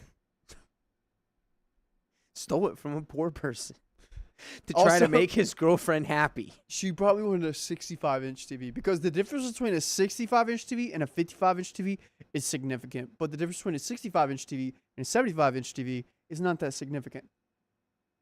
I'm going to trust you on that. I went down a rabbit hole a few months ago. I really, really want to know why that is the case. The 75 not being that much more different from the 65. But I want to know. Come to my house and I'll show you. I want to know why. Why does the math? Because work we out that have way? a 55-inch, a 65-inch, and a 75-inch, and I can show you the difference between all three. Oh, you're a collector. Well, one's in my room, one's in Alex's room, and the other's in the living room. But yeah, complaining about a 55-inch TV, Yeah, that is actually crazy. I forgot she complained about that. A deleted user says the entire point of dating is to get to know each other in all sorts of situations to see if you're compatible for the long haul. It seems you've collected some important data in that regard. And there is an update. Did we break up? Press 1 in the chat if they broke up. Press 2 in the chat if you think magic is evil. We do have an update. I assume you're breaking up, Riley. With this girl? Yeah. Is that why I'm typing? Huh? Is it because I was on my phone? No. Oh. No. Oh, I sorry. was just asking if you would break up with Yeah, this we're breaking up. lady because she's evil and doesn't believe in the spirit of Christmas. Unless she's a 10 and she just said it as a joke and I didn't understand her joke. Then we're going to get past that. Okay. But it didn't sound like a joke. Update. So after I went home yesterday, I cooled down a bit and finally collected my guts to call her. I called her. She accepted my call and said, "What?" I told her, "I'm sorry for overreact," and she dropped off the call. I texted her, "I need the copy of my house keys back. I'm breaking up with you." Okay. Whoa. Mm. Okay. She didn't respond. I got into my car, went to her place, knocked at least 10 times before storming off. I looked in the parking lot, and her car wasn't there. So I texted her, "Where are you?" 10 minutes pass. No response. I drove back home and noticed her car parked at my house. I carelessly parked my car, ran inside the house, and there I saw her collecting all my crap. My laptop, my iPad, my valuables. And that's when I told her, "What are you doing?" She told me, "I'm taking back what's mine." That's when I tried to grab the things off her arms before she screamed, "Get off of me!" She started using her feet to pummel me and ran out of the house. I told her to give my crap back or I'd call the cops. She didn't react to the warning, so I whipped out my phone and dialed the po-po. She drove off with my laptop, my work phone, and my iPad. Cops arrived. Gosh. Yeah, no, that's... So she's crazy. And all of those things can be tracked. Ah, yes. So... Thank you, Bill Gates? Hmm? Bill Gates. Steve Jobs. Thank you, Steve Jobs. The cops arrived roughly 20 minutes later, and I told them what happened and the location of her house. They sent off a cop to her house to collect the electronics. The cops started asking me questions like, "Is this the first time?" And by the way, this isn't the first, nor will it be the last time that I tell you can listen to full episodes with stories like this wherever you listen to podcasts. I'm talking iHeartRadio, Spotify, Apple Podcasts, wherever. Just search OK Storytime. Boom. You're already here. You can also listen over there. We've got a little bit left here. Do we get our stuff back here? Type 1 if you think so. Type 2 if you don't. I'm typing 1 because I think so. Yeah, I hope so. What like switch flipped for with this woman? That text message. But before this, okay? Quiet. Shy. Carly. She's Carly. Huh? Okay. No. And then she went crazy. Huh? Carly's shy. No. No. Carly's not quiet and shy. I feel like she's been quiet and shy this whole time. I was very much so as a kid, if that helps your case. See, there it Just is. like Keon. Yeah. Yeah, Keon didn't talk until he was like, what, 10? I don't think I looked anyone in the Keon eyes didn't talk till he like was 12. 16. He didn't need to. We got some hopeful He just need people. to look into your eyes, and you can understand what he was thinking. We got some hope. We got hopeful people in the chat. Ooh, one, but she's broken. Yeah, that's Yeah. what I just hope she didn't like destroy them. That's what I'm thinking she did. But let's finish this story. 40 minutes later, I got my stuff back. Oh, dang. That's quick. That's a quick turnaround. That's a good point. She had been put into a cell for 8 hours, and she will have to attend court the following week. Excuse me. Now I'm contemplating why life always gives me the crap end of the stick. And there is an edit here. For everyone questioning how she got arrested on the same day, she let the cops in and confessed what she had done. Well, she was repentant. In the spirit of Christmas And magic. and Jesus. So, like, she's kind of crazy, but also tells the cops what's going on?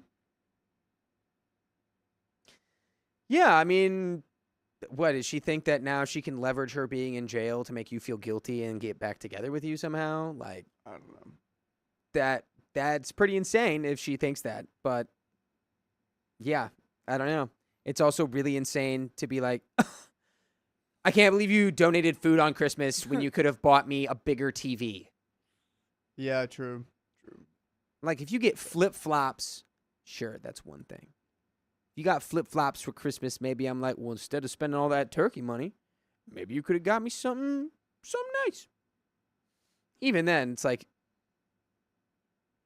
no, that was turkey money for the children of the world. Anyway, I don't know where I'm going. I don't know where I am. Who am I? My magic card. Just keep reading. Cucky McCuckercuck. Oh, God. I didn't know you left a comment on this story, right? Me? I wouldn't say I'm one of those guys. No, it's your alt. It's your My alternative. that's your alt account to Yikes. to mislead. Mine has No one would know because no one would ever think that was you. Mine has an extra cuck in it, believe it or not. Cucky McCucker Cuxton III. She has been put into a cell for 8 hours, and she will have to attend court the following week for what? The harmful act or the theft or both? OP says theft. Rich Saint 421 says, okay, so your first post seemed like a rational person who might be prone to saying stupid stuff. I mean, you start off by calling her your role model. Your second post makes it sound like she's a psychopath. My only question, how did she not exhibit this behavior in the last 6 months?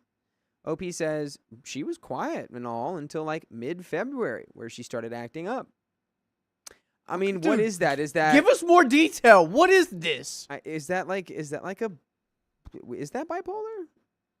Is that what bipolar does? I don't know. We should probably ask someone that has Maybe it. she went into like she was swinging more manic instead of being bass. I don't know. Yeah, because it's not like a switch that flips on and off every day. Bless you. That's what a lot of people think bipolar is like 1 second. You're like, ha, ha, ha. And then the next second you're like, bah. But it's really, it's like longer waves of those, Yeah, we're not not even those emotions. But we're not too sure here. Bombay Blue says, Jeebus Quais, dude. What do you think would possibly cause a girlfriend to freak out in mid-February? That's the point. Well, Did this guy totally mess up Valentine's Day and that's when she started talking? you think so? Can you fumble? February. Can you fumble Valentine's Day that bad? You fumble Valentine's Day so hard your girlfriend's entire personality changes. Goodness. And guys, on February 12th, come to our Valentine's Day stream.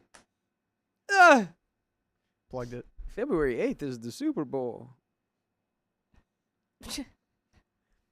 There's 4 days in the And Why are we- that's a dude, fact no. and then for 4 you. days No, after we're that. not. You're not. That's a free sponsor. We're supposed to do Valentine's Day. 4 days stream. after that All right, keep reading. What are you doing? is the 12th. On an unrelated note, how was your Valentine's Day with her? OP says, Valentine's Day was pretty good, actually. We went to a bunch of museums of her choice What? and Bunch of visited what? a bunch of museums. We had Alex Kazam, not Alex. Ale- Kazam. Alex Museum. Visited her family, ... STRPS says, I don't fully get it. Is she just prone to harmful behavior, or did she give you those things so she felt she had the right to take them back? OP says, no, I bought those electronics with my own money way before I ever met her. I don't know what was in her mind when she took them. I haven't spoken to her properly since the TV incident. And that is the end of that story. Yeah, I don't think you should speak to her ever again. I think that's the proper way to speak to her. Mm-hmm. It's through a glass pane at the prison. Well, not prison. Let's just go jail. Jail. jail, not prison. Yeah, just break up. I don't get it. That was a crazy one. I'm thankful I don't have an ex like this or an ex story like this. Do you guys have an ex story like this, where they stole your things and ran away? The Where ones they- that are really sad is when they steal the pets. I don't Yeah. like those stories. Yeah. Does anyone have any exes who turned evil randomly? But don't involve the pets if that's the thing. Or does anyone have any exes where they just said something so outrageous, like not even, because it's like, what? This was about like, well, no, I guess it was talking about OP. Because it was talking about like the donating the Christmas meals. My girlfriend has said something to me like very off-colored, very like, what are you even saying to me right now? What did she say? She's in the room. Do you want to explain? What did you you say? said? What did Also, you Angie, do? is that your sweatshirt or Riley's sweatshirt? It's mine. There we go. We have the answer. From The truth is Mariah out. from Alaska. She gave it For to me. Angie. No, she didn't.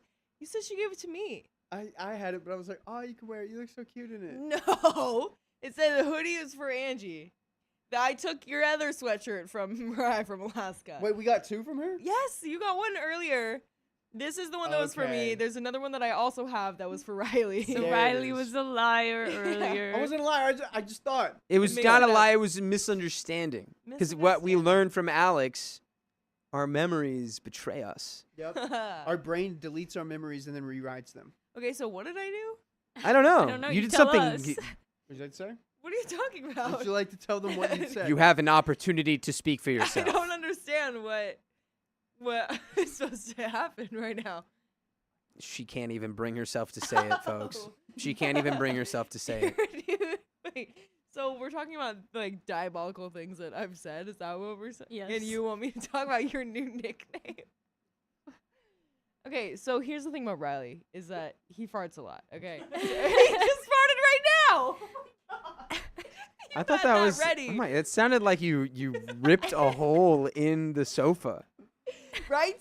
So he has all these loud farts. So I, of course, named him Trumpet Butt because. Yeah. How else? I mean, what else is he? Nice, Angie. And I Oh hate no! it. No, you Oh don't. no! It's I okay. hate it. Oh no! I It haven't came even- over this I'm not way. even breathing The through my air nose right now. conditioner blew it at me. It's not that bad.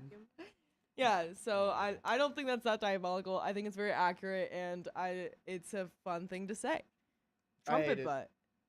Trumpet butt. Trumpet butt. It almost sounds like flumple butt, which is an old throwback. I don't know what that is. The flumple butt. That was the You're name. so nice to me. Our family You're so nice crest. to me. A long, Yeah. proud line of flumple butts. Who's in the chat that remembers flumple butt? Say type flumple butt if you remember and are a proud member of the flumple butt family. Thank you. I saw a comment earlier that was hilarious. It was from the blind one where she was explaining the different sizes of her TVs. Because why you have TV, you're blind. Exactly. That made me laugh. Thank you. I wrote out a joke replying to the blind one yesterday about something. Because they said something about getting mad, and I was like, yeah, you were in a blind rage. And then I was like, can they read that? How are they going to know I said that? Probably voice text. Or Well, at whatever. this point, I don't know if you just I don't think they have a thing where they just it does the whole like chat dictation. There I you think go. they're just hearing us. That's true. That would be quite overwhelming. So now I said that joke yesterday, the blind one. Just letting you know. And I'm letting you know now that when you did talk about being mad, I said you were in a blind rage. And I Ooh, thought that was pretty good. Katie Snipes says, I had an ex tell me, don't call me babe because you're going to push my flowers away. Followers. Oh, followers away. His followers were a lot of girls. Everyone knew I was his girlfriend. It wasn't a secret. That's weird. I lost followers when I posted you. I lost 9. What can I say? Bunch of 9 thirsty girls got scared away. You just helped 9 girls live better, more fulfilling lives. Not just because it's you. I think for anybody, like following somebody because you're like they're hot and single and I want them. Yeah. It's like that's gotta do more damage to your brain than like getting hit in the head. It's like It's that's hurting your brain more Yeah. Really? than actual blunt force Then- trauma. Then can we look Gotta at be. your followers and ask you why you're I following every guarantee single you, one? I follow absolutely nobody because I'm like, oh, I want to be with that person. Yeah. Zero, like I don't feel that at all. Why would you even accuse him of that? Like- Riley? I don't know. He's a That was just a girlfriend. bold I statement. don't even know who I follow. I just know my Instagram algorithm is cursed, and I like it. But it's gotten less cursed since I've let my girlfriend on my phone. That's good. Great. It's gotten cuter. My ex kept me from taking my cat with me. My aunt happened to come to town around that time and went with me. Wait, scroll up. And went with me to take my cat back. She was my baby. She lived 19 and a half years. I miss her so much. Holy cow. Wow, that is a well-lived cat. Okay, update on the blind one. Wait, scroll back Update on up. the blind one. So everyone, the blind one's blind. And for the record, my husband uses me My being husband uses blind, me being blind. me being blind an excuse why we need bigger TVs. Then I might be actually able to see something on one of them one day. We just need a 500. We just need to watch TV at the Cowboys Stadium. Because they've got a big, whatever. They've got a big Jumbotron. It's not even that big anymore. When they made it, it was like the biggest one in the world. And now it's like, and it doesn't even matter. I broke up with my ex and he kidnapped my son. What? And tried to drown me in his bed. Well, Oh wow. I hope that guy's in prison. That's- Federal prison for I thought those you. only happened in movies. All right, I'm leaving, guys. Federal prison for you. Boom, boom, boom, wow. Federal prison for that guy. We're gonna send that guy right to prison. Hannah, thank you for the $25 through the Ko-Fi where YouTube doesn't take 30%. Much appreciated, much obliged.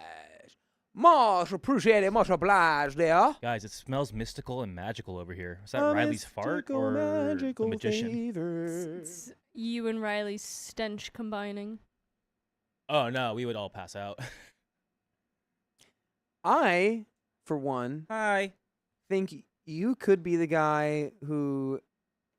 I'm this the guy. might be an urban legend. I'm the guy. It's a guy who changed I'm the his guy. diet entirely to like cabbage for like a cleanse, but then he also like put like he sealed up like the part like his door with like a towel or something because like What? I don't know, it's like something about I can't remember why he did that, but and then he farted so much in his sleep that he suffocated from the gas. I think that's a myth though. I don't think Why you and look so and he mad? is in prison, thank God. That guy's in prison. Hell yeah. May he stay there forevermore. Okay. I have a Who's- haiku for you. On the back Haiku. of this. Haikus need to have natural elements. Snow Scene, The Okay. Silk Kimono, Threadbare by Gary Gay. By Gary Gay? That's Gary Gay. And that is my You time didn't read it right. here.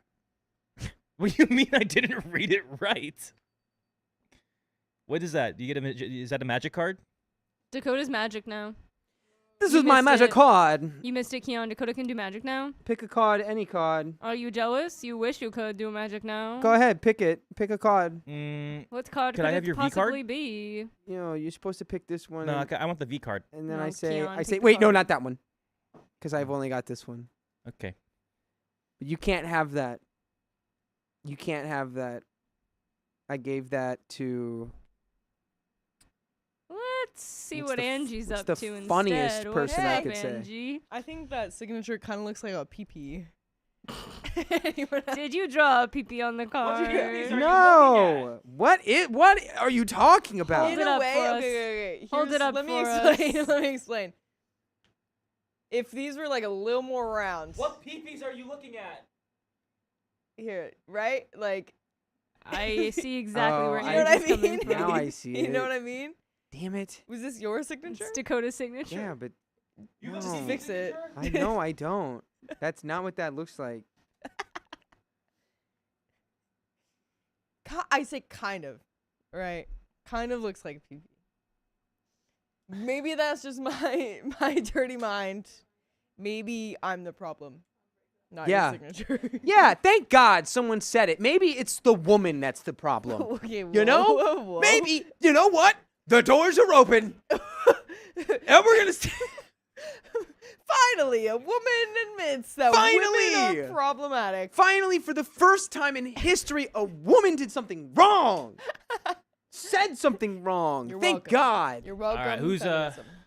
Who's reading I this want to one? hit you with this. I can read it.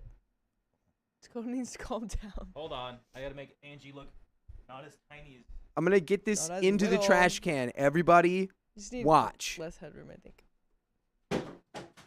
He did not make it into the I trash knocked can. something else into the trash can, though, which is of also paper. trash, by the way. Is it? So in a way, I sort of just played trash billiards. Okay, well, good job. Yes. Also, I just turned off the phone. Might have to fix. I did not throw that hard enough. This is a heavy little water bottle. Heavy little water bottle. Get Heavy, that's down, a pretty get big down. water bottle. I don't know. Also, can we all see that Dobby is hanging here? Okay, hanging, see but this? like in a safe way. Yeah, he's like He's suspended. like in a harness. He's being suspended like Yeah. Tom Cruise style. He's got a little necklace harness. If you can zoom in on Yeah. your own device. Yeah, he's in it. He Maybe looks we like can. he I'm gonna change literally- his arms. His arms are up too, like he's bungee jumping. Although that's probably not a good way to bungee jump. Maybe it is. Whoever's been bungee jumping before, has anyone in this room been bungee jumping? Dang it. Nope. I said she's not allowed to, but I felt like you would be my guess of whoever has bungee jumped. But okay, Dakota's fixing his arms. Now they're out. And his legs are out sideways too. In a weird way. Weird looking at his arms are flying back him like noodles now. Behind him. Okay.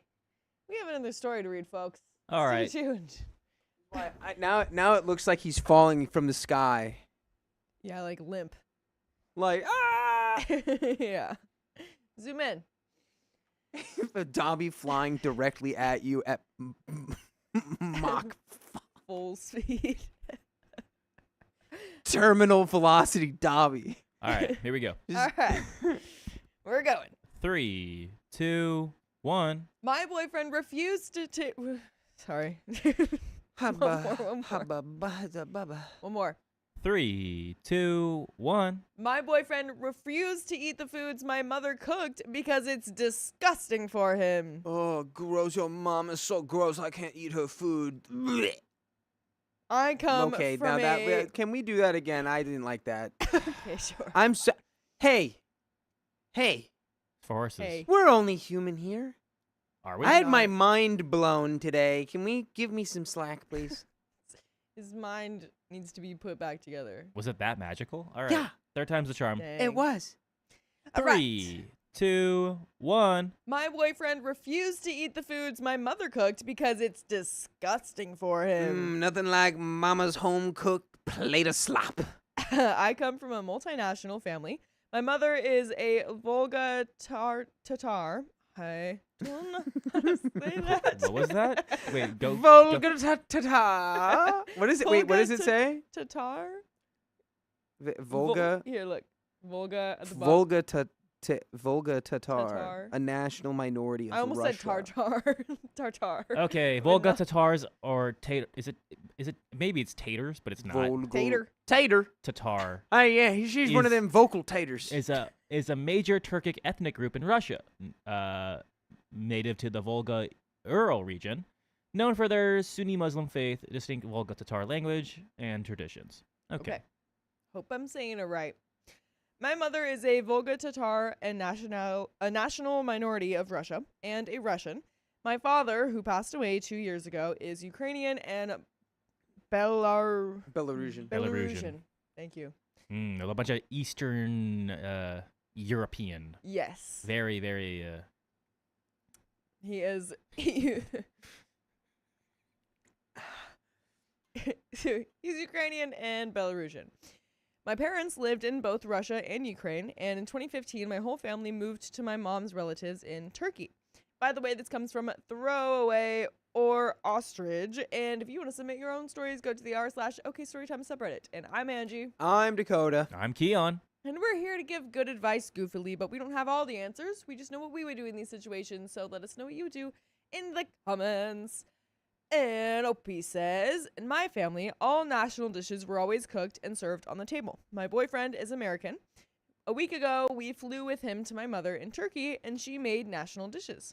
There were dishes of Tatar, Russian, and Belarusian and Ukrainian cuisine, as well as several dishes of Turkish cuisine. Turkish delight. Keon, can you pull up some reference photos for Belarusian cuisine? I'm I just gonna look it truly all have up. no idea. Well, I'm. Nor do I know what the Tatar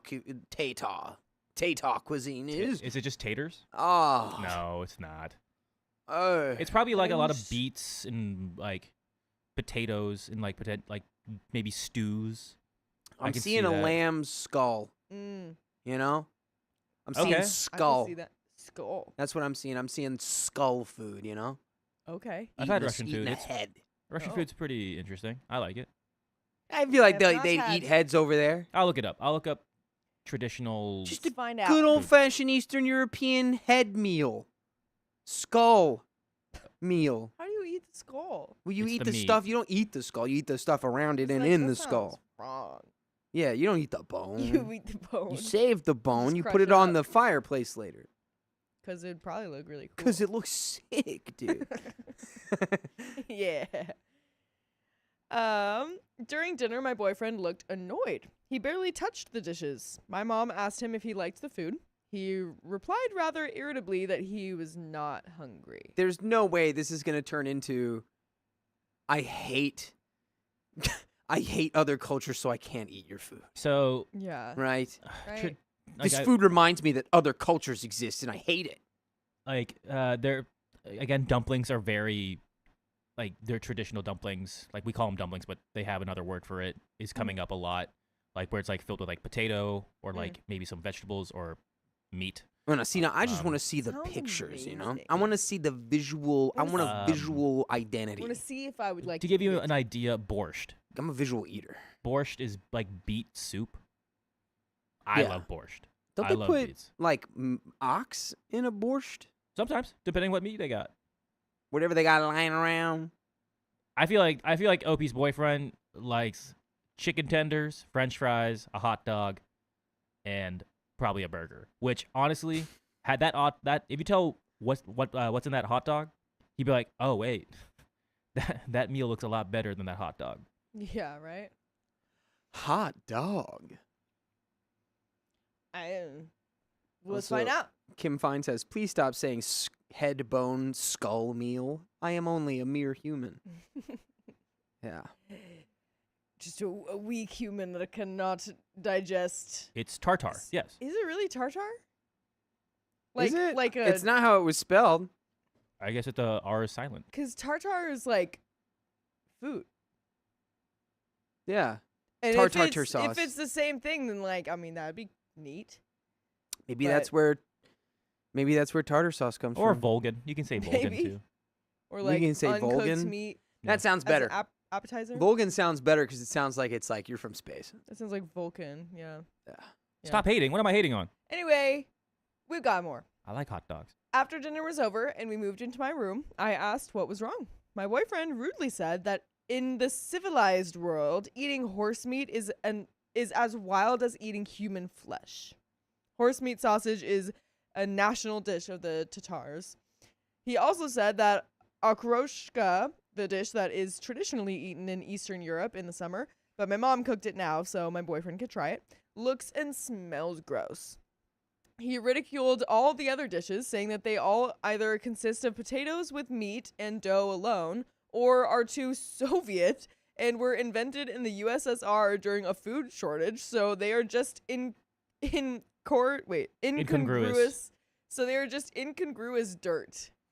I'm sorry. You are bashing the food that Bro. we eat. I'm sorry, If- buddy. Bro. If Carly did this, so this is my sense of me taking Carly to the Philippines, Yeah. and it's not like oh it's gonna be in the town center or anything, like the Yeah. Manila. It's gonna be like we're in the province Right. and we eat what we can eat. We're in Right. the sticks. We eat what is in the sticks. Yeah.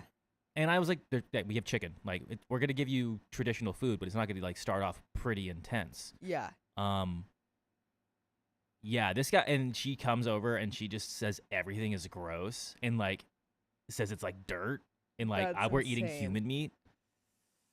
That's insane. Like, what does he eat? That'd be a pretty bad sign. I know what I'd have to say about that if you told me that.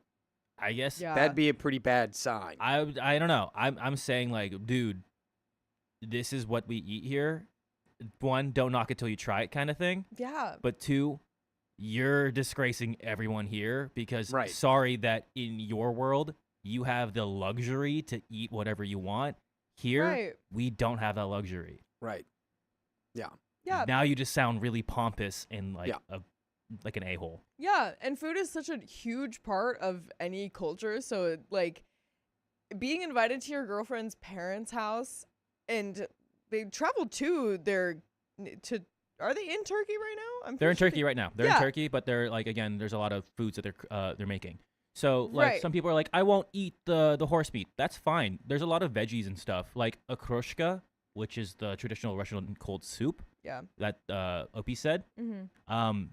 The dish consists of finely chopped raw vegetables, cucumbers, radishes, scallions, boiled potatoes, eggs, and maybe a cooked meat like ham or beef. I mean, That's crazy. that sounds to me pretty dang good. Like, if you're traveling to your girlfriend's parents' home country where they are living, like, you try all the food with an open mind, open heart, open mouth, or That's step number one. yeah, open your mouth. And if you like it, great. Voice that appreciation. If you don't like it, I don't care. You just gotta scarf it up fast then. That's like, you just have to power through. That's Yeah. that's what you do. And can we just take a second to realize this cretin said he was too good for potatoes, meat, and dough? Yeah. Hello, that sounds Sounds great. like everything I need. Right. Like, What do you mean? and he's also just being insulting about it too. It's not even that he just won't Yeah. eat it. This Not is- even politely being like, I Yeah. just can't. Just like, yeah, you guys are all like poor slobs right. who are eating starvation meals, Yeah. and I would rather eat coarse gravel. Right. It's like, well, I guess you get to starve out here then. Jeez. All Turkish sweets were too sweet for him. What? I asked him why he was so mean, and he said that it would be decent if my mom cooked some of his usual American dishes and that he was hungry because of me. I want him to name me American dishes right now. Yeah, right? I want him to name Hamburger. Yeah. Oh, sorry, that's from Hamburg. Yeah. French fry. Oh, Oh, oh. it's in the name. No, I've actually, and then it gets all sewn up with. And then he's like, "Oh, give me like gumbo or jambalaya." You're like, "That's Creole." Hey, there's two things that America invented no one can take away from us: jazz and Texas barbecue. Is this But man want I barbecue? wouldn't ask Yeah. a baba to make me Texas barbecue. It's not what she makes. Yeah. I would want to eat what she makes for me. She made it so that he could try it. Yeah. They're inviting him into their culture. American is giving us a Yeah, bad rap. Dude, your boyfriend's Yeah. disgusting. You should break up with him and be like, you figure out how to get home. I canceled your flight. Right, right. Yeah. I'm just thinking like, what is his palate before with foods? Maybe like, did you know OP that he's like he only eats specific things? I only Right. eat dino nuggets and Kraft mac and cheese. Because I Yep. did like, back to where America. like I brought Carly to the Philippines. Like I did tell her, I'm like, yeah, there's gonna be some foods that you may not like, but it's good, right? You like sinigang? Yeah, she likes sinigang. That was good. I never thought I wouldn't like that one. Yeah, thankfully. That's great. I don't know. It's very weird. Yeah, this is very weird. Opie says, am I the a-hole? No. My mom just wanted him to get to know the culture of our family. There was nothing wrong with the dishes she cooked. If he didn't want to eat horse meat or okroshka, he could eat traditional Tatar triangular pies with potatoes and duck meat. There was also a whole dried goose on the table. It's very tasty. And sweets with honey. Should I really... A dried goose upon the table, you say? Well, yes. Well, yes. It Was sounds it like Scrumptious they have a dinner. whole feast in front of him. Yeah, literally a whole goose. And Yeah. I guarantee you they made it one for OP, but also for him. No, because he- totally. Yeah. Yeah. Should I really tell my mom to cook American dishes? And we do have some comments here. Jenny from The Block says, not the a-hole. Get this guy out of your house. He is rude, entitled, boorish, crass, and an embarrassment to the United States. He also does not care about you. If he did, he would gratefully try every dish and be excited to learn about your culture. He is also not very bright, as you can't even get the ingredients you need to make traditional American food in your location. Do not waste your life with this person. Edit, lots of people are asking what is traditional American food. I love the curiosity. Here are some things that I am talking about. The commenter made a whole list of American cuisine, too long to list, but it included hot dogs, hamburgers, barbecue, etc. Yep. Yeah. Also, jazz was invented in America. It was invented in New Orleans. I didn't know that. I mean, the concept of... Okay, never mind. I'm not going to defend jazz. We only have so few things that we are ours. Let us have that. Well, if you look at the reality of like the world, the United States of America is a pretty new country Yeah, well, compared to a lot of exactly. historic To- ones. yeah, And so look, give us the few people things were we got. playing improvised music for a long time, okay? But improvised music as a genre and an experience was invented in New Orleans. And that's jazz. I'm going to trust you on that. I'm not so Okay. sure, but I'm going to trust you. Okay. Sounds about right. Simple Code 3229 says this guy joined your family dinner, proceeded to insult your mother by not touching what she cooked, then insulted your whole food and heritage to you, then suggested that American dishes should have been made, and then blamed you for his hunger. He doesn't seem to have much redeeming qualities, right, OP? I rarely tell someone to break up, but this guy just reeks with entitlement and racism. I believe you can find a better guy who would treat you and your family better than this one. Edit, forgot to vote, but not the a-hole. Just the Fancy says, yeah, this guy's rough. My in-laws are Ukrainian and Russian, and they make plenty of Eastern European dishes. I'm American, and do I love all of those dishes? No, but I try them. I am polite, and I'm trying some of them that and in trying some of them, I've found that I quite like some of them. Also, it's insanely unreasonable to fly to a faraway country to expect American food. This guy isn't mature enough to be dating, in my opinion, not the a-hole. Another commenter says, break up with him! My boyfriend, a very southern white man, eats all of the multinational foods my family cooks after being a military brat my whole life and loving the different cuisines I got to enjoy. My boyfriend tried hot pot for my birthday and said it wasn't his favorite, but still ate it. He enjoys the food, but hates working for his food. I'm Mexican from my dad's side, and I love making traditional Mexican food every now and then, and my boyfriend, along with his parents, love it, and always go back for seconds or thirds. OP, never settle for anyone who is so incredibly rude and disrespectful to your culture. And we do have an edit from OP, but yeah, I agree with all of those comments. Yeah, I do too. The edit's on the same day. I wonder if this is it is. instantaneous breakup. Ooh, I mean, I can't imagine even needing to go to the internet to be like, but what do I do about this guy who insulted not only my entire family, but also just their whole culture? yeah. How would you expect to continue that relationship? Yeah, You I just don't. can't. I don't think there's any life left. I don't think so. Yeah. Horse meat joke. Just imagine whatever it would be. Insert here. Boom. So we have an update from the same day on the same post. Wow, I'm a little confused by how many comments there are. Unfortunately, I can't read them all. I thought about it and decided, and the commenters helped me in my decision that I should dump him. Yeah. Yes. Yeah.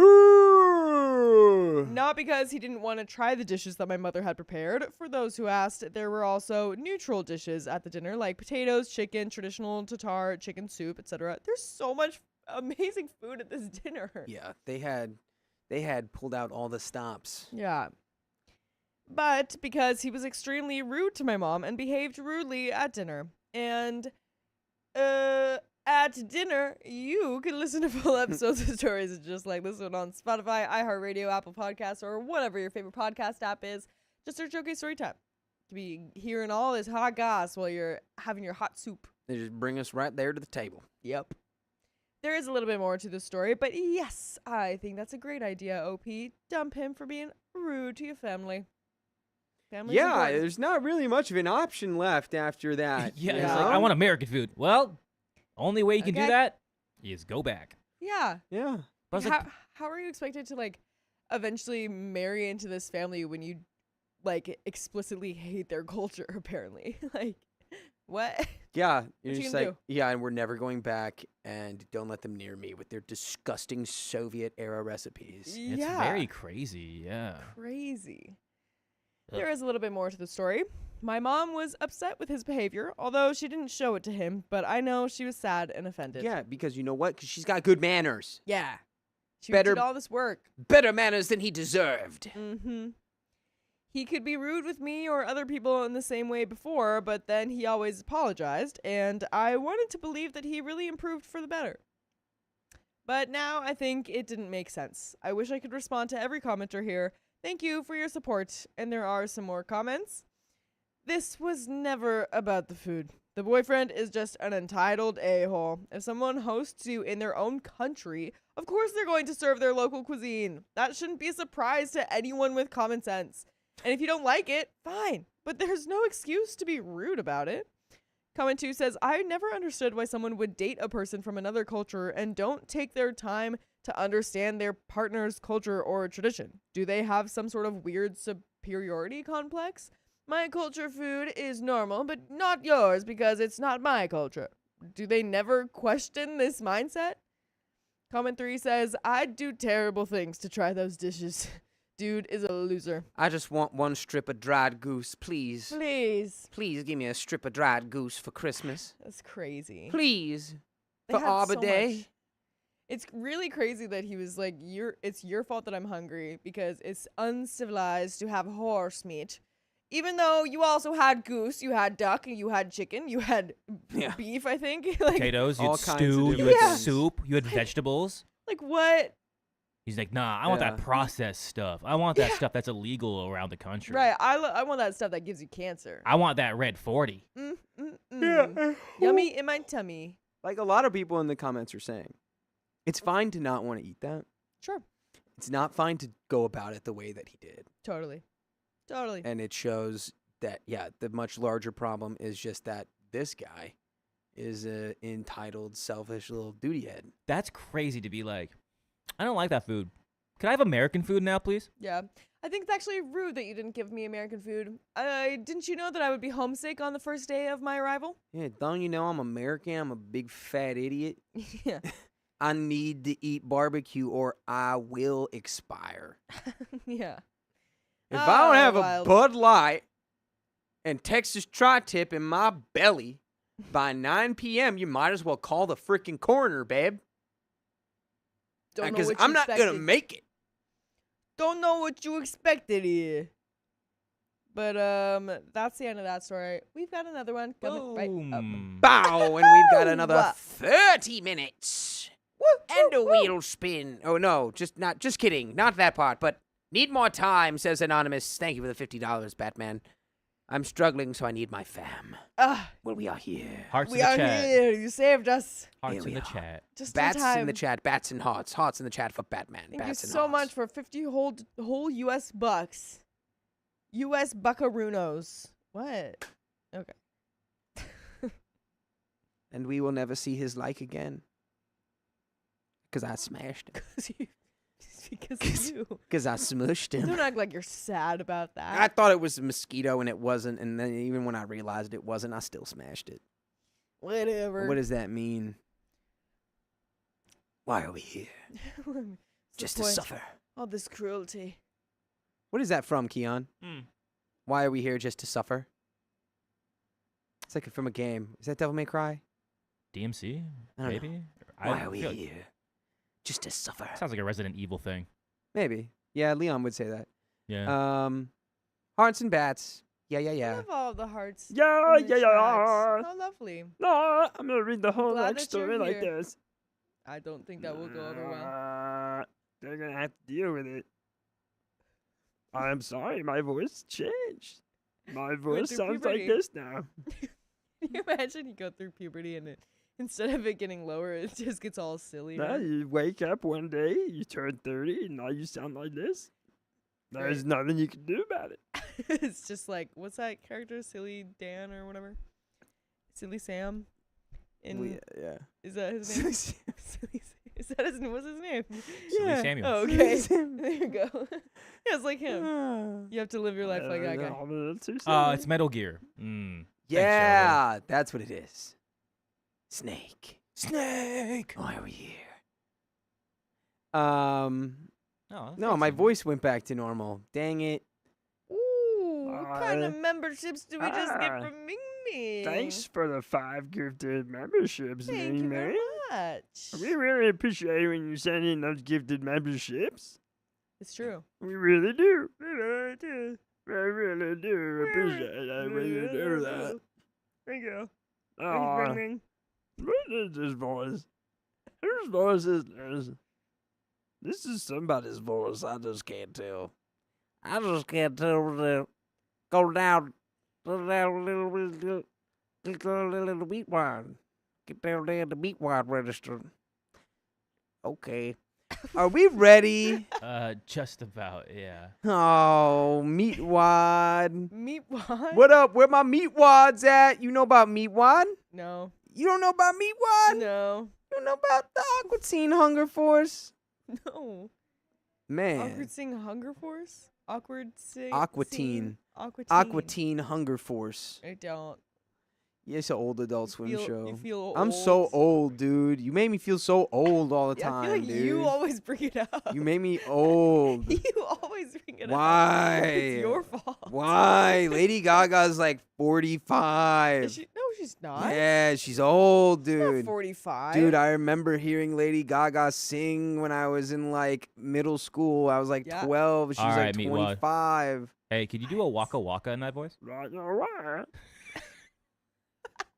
All That's right, who it was. Thanks, Fozzie Bear. Great. All right. Amazing. 3, 2, 1. My boyfriend will dump me over a tattoo, but I won't change my mind. I'm gonna get the tattoo whether you like it or not. Right on my butt. I'm 20 female, and my boyfriend is 23 male, and we've been dating for 3 years. I don't like that math. So, my favorite band in the entire world is a small indie rock band called Alex Sucks. Nice. Sounds like a great I personally indie thought rock. Alex was great. I'm looking this up. Oh yeah. I've been a fan since their first song came out, and they've really gotten me through some tough times. Their music is really special to me. By the way, this comes from user scumbucket05. And if you want to submit your own stories, go to the r/OKStorytime subreddit. I'm Dakota. I'm Angie. I'm Keon. And we're here to give good advice goofily, but we don't have all the answers. We only know what we would know. We only know what we would do. So let us know what you would do in the comments. And Lady Gaga is 39. Thank you. That sounds more like it. And OP says, 3.5 years ago, right before we started dating, I saw them in concert for the first time and got the lead singer, Alex, to sign my arm so I could get it tattooed. I was 17 at the time, so it was going to be my 18th birthday present to myself, but 3 years later, I still don't have it done because of money problems. I talked to my mom, and she's offered to pay for my first tattoo for Christmas, something small, around $250, so I immediately thought of the signature tattoo. I got really excited and called my boyfriend, who immediately shut it down. He said he'd be beyond pissed if I got it done. I asked if he'd break up with me, and he went silent for a bit, which kind of says it all. I got upset and said, fine, be that way, and hung up. I can't believe this guy's really pulling the, what, you're going to get another man's name tattooed on you? Well, why don't you get my name tattooed on your head? Yeah, he's probably thinking that. This is just wild. You break up over a tattoo, girl. Get your priorities straight. Yeah. Come on now. I understand where he's coming from with it being another man's name on me forever, but I don't see it that way. It barely looks like a name, and it's not about it being his name, but just a representation of their band and something so special to me. I wouldn't get it on my arm either. It would be on my thigh above my knee, so it would only be seen during the summertime anyway. Am I overreacting? Is this something that anyone would be upset about? I included a picture of the signature, and there's a picture of the tattoo, and there are some comments. Do you want, No, dude. Do you want the I picture? wouldn't care. I wouldn't threaten to break up with you over this. Yeah. Now, if you were getting the tattoo that said, I'm Alex Sucks #1 fan, and I would marry him and dump my boyfriend for him, I'd be like, well, that tattoo feels a little targeted, maybe a little specific. I don't know if I'm a fan of that. I would have to agree with that. Here, I'll show you guys a picture of the tattoo. Let's One see. second. Let me get it for you guys. Just to give you an idea of where it is, what it is. Show me. Show me. Show me the image. Let's find it. Okay, literally doesn't look like a name at all. Yeah, it looks like it looks like the letter A and the letter Z. And then the letter another A. Yeah. And it's on your Azza. thigh. Huzzah. Yeah. You say Well, thigh? come It on. looks like a symbol. What'd you say? You say thigh? Yeah. It's gonna be on her thigh, yeah. Yeah. Oh, It's oh. going to be on her It's thigh. on the I thought arm, you- but she's getting the tattoo. Yeah. Yeah. The Peanut Gallery can hold their comments and concerns until the end of the presentation. I'm sorry. I don't know why I just said that. I think I just wanted to say the words Peanut Gallery. Peanut gallery. That's fair. That's fun words. Yeah. But break up with this guy. He's unbelievably Yeah. insecure. It's like, okay, well, I'm gonna get the tattoo, and you could do with that what you will. This is Go the ahead. guy who keeps you in the attic because he's like, no one can see you. Right. If you see someone, you might fall in love with them. I mean, it's true. Yeah, so break up with this guy. It's over. Whatever. Moving on. And also, he started dating when you were 17. He was 20. That's gross. Hate that. That's gross. Hate So, it. whatever. Hate it. Moving on. Move on from this man. You're fine. Comment 1 says, not overreacting. You showed him something you were passionate and excited about, and he responded with hostility and anger. He's jealous and unnecessarily insecure. Take it from me, life is too short to spend time and energy on people that dim your light. And him reacting in anger to this is the biggest issue. I'd leave without blinking an eye. Don't stay with people who drain the life and passion out of you. Our stay on earth is far too brief. OP says, thank you. I don't know if this is leave him level, but if he continues with the anger, it might be. Comment 2 says, it absolutely is leave him level. He has showed you his true colors, and you deserve better. I don't have any tats, nor am I the tat type. But if my wife wanted something like this, I'd tell her to go for it.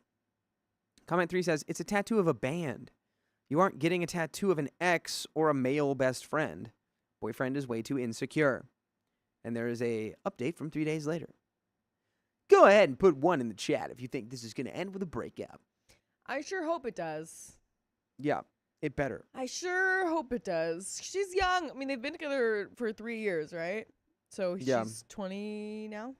Yeah, But- 2023. Yeah, I think it absolutely is breakup level, and hopefully, like, once you get out of this relationship, since it was, I'm assuming, your first or at least like Yeah, first adult relationship, probably. like you are Yeah, going. you weren't even an adult when it started. Yeah, like I hope that you will learn about, more boundaries that you will set for yourself. Yeah. It's less Yeah. about it being like, oh, like he doesn't want you to get a tattoo, and more about like he's so controlling about something that's so not in the Yeah, the arena of like, well, this just means you like this guy more than me. Yeah. I was It's gonna say, it's your body, your choice. yeah, exactly. Yeah. Who is he to say you like? Obviously, if you ask for like, hey, can I get your opinion? Like, how does this look, or does it look better here? That's one thing. Like, hey, should I put this on my forehead? And if you really want to put it on your forehead, it's your forehead. But like, Yeah, Yeah. Now, I think that's actually, I would fully be behind him being like, no, don't get a Yeah, forehead I would tattoo. say Are that you too, insane? but, like- and then at that point, I think either one could break up with the other. but in But- hindsight, 2020, like Yeah. it's your body, your choice. Like Get that the- tattoo on your Right. of your favorite band. If she's like super adamant about wanting a forehead tattoo, and she's like, I've wanted this for my whole life. I see myself as a person with a forehead tattoo. Right. Then hey, Maybe just not a match. yeah, That's all. this is just not for us. Then Yeah. we're just not for each other. I hope you find a good forehead tattoo Exactly. appreciator. And the fact that he just got so mad immediately, like this anger does not need to continue for it to be a problem. It's already a problem right away. Yes.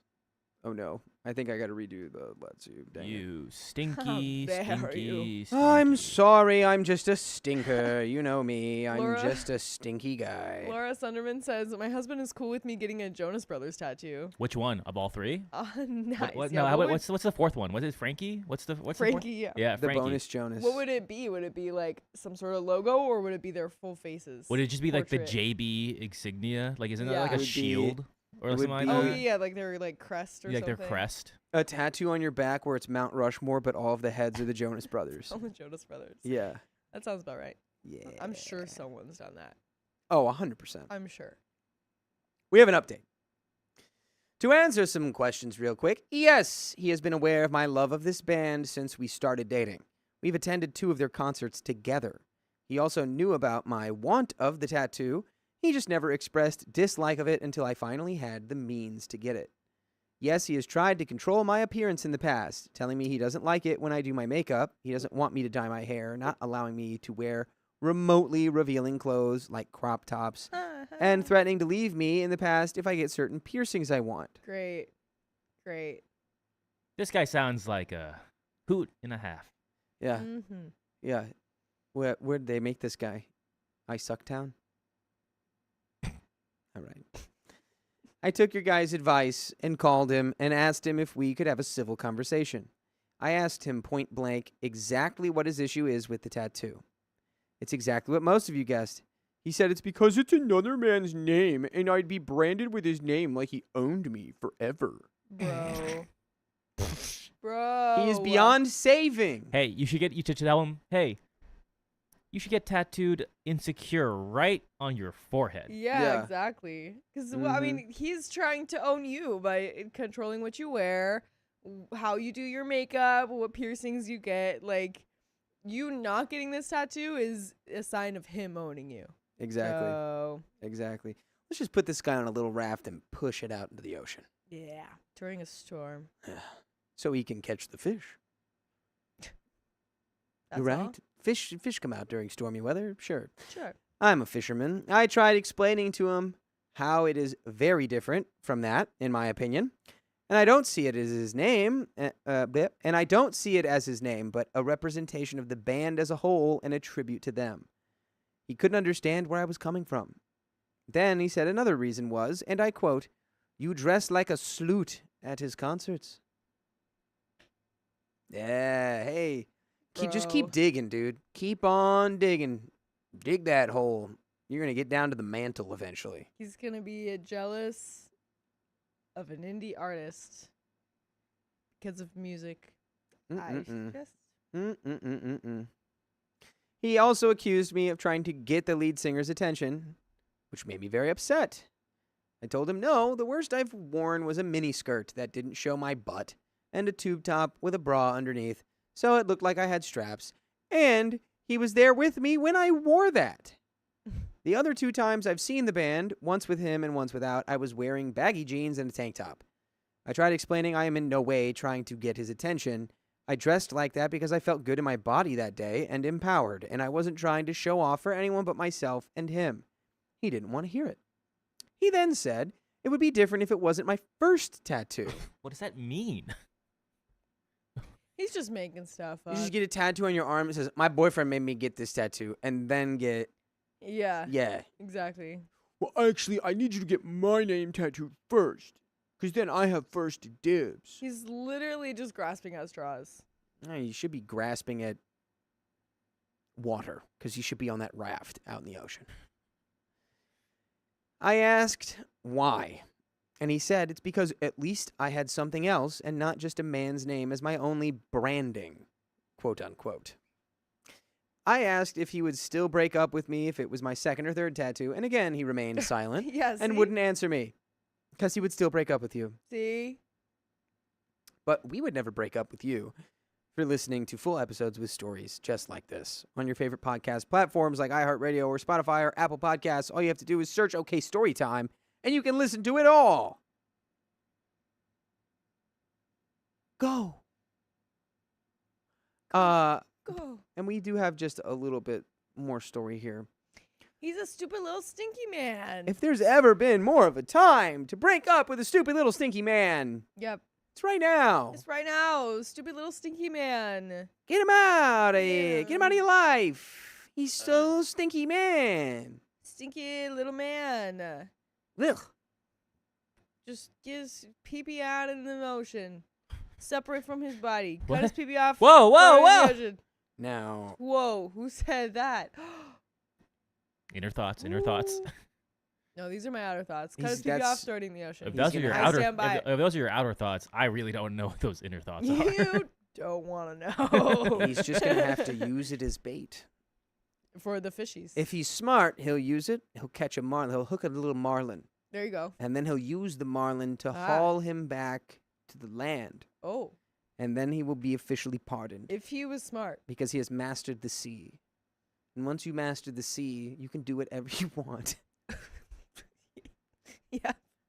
Yeah. He goes on a whole, like, Poseidon journey. That's just the rules. That's his what's it called? Like, character development. Yeah, that was his character characters- arc. Yeah. Yeah, became He the goes ocean on his whole master. side quest of mastering the ocean. Okay. I'm in another state for Christmas, but when I get home, I'm getting the rest of my crap from his house and leaving. I haven't broken up with him yet because I have a lot of valuable things at his house and, unfortunately, fear retribution. Well, you're smart. You're a smart cookie here. I'm fed up with his behavior, and a lot of you guys' comments really opened my eyes and helped encourage me to GTFO. 3 years ain't nothing at my age, or any age, really. It'll hurt for a while, but I know in the long run, it's what I have to do to preserve my peace and be happy with my life. Thank you to everyone who took the time to read this and give advice in my last post.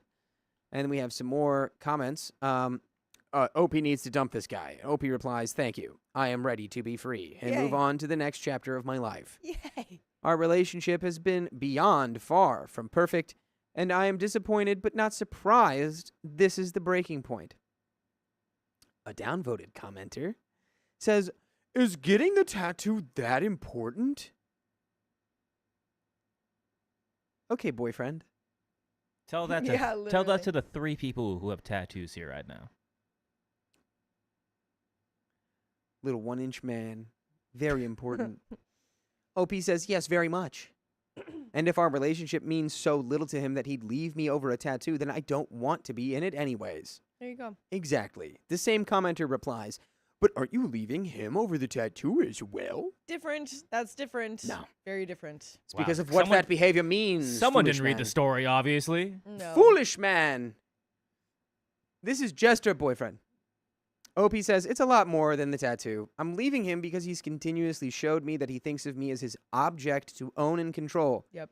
He's also cheated on me a few times, and there is no trust left in our relationship. Huh. Of course. This Of course.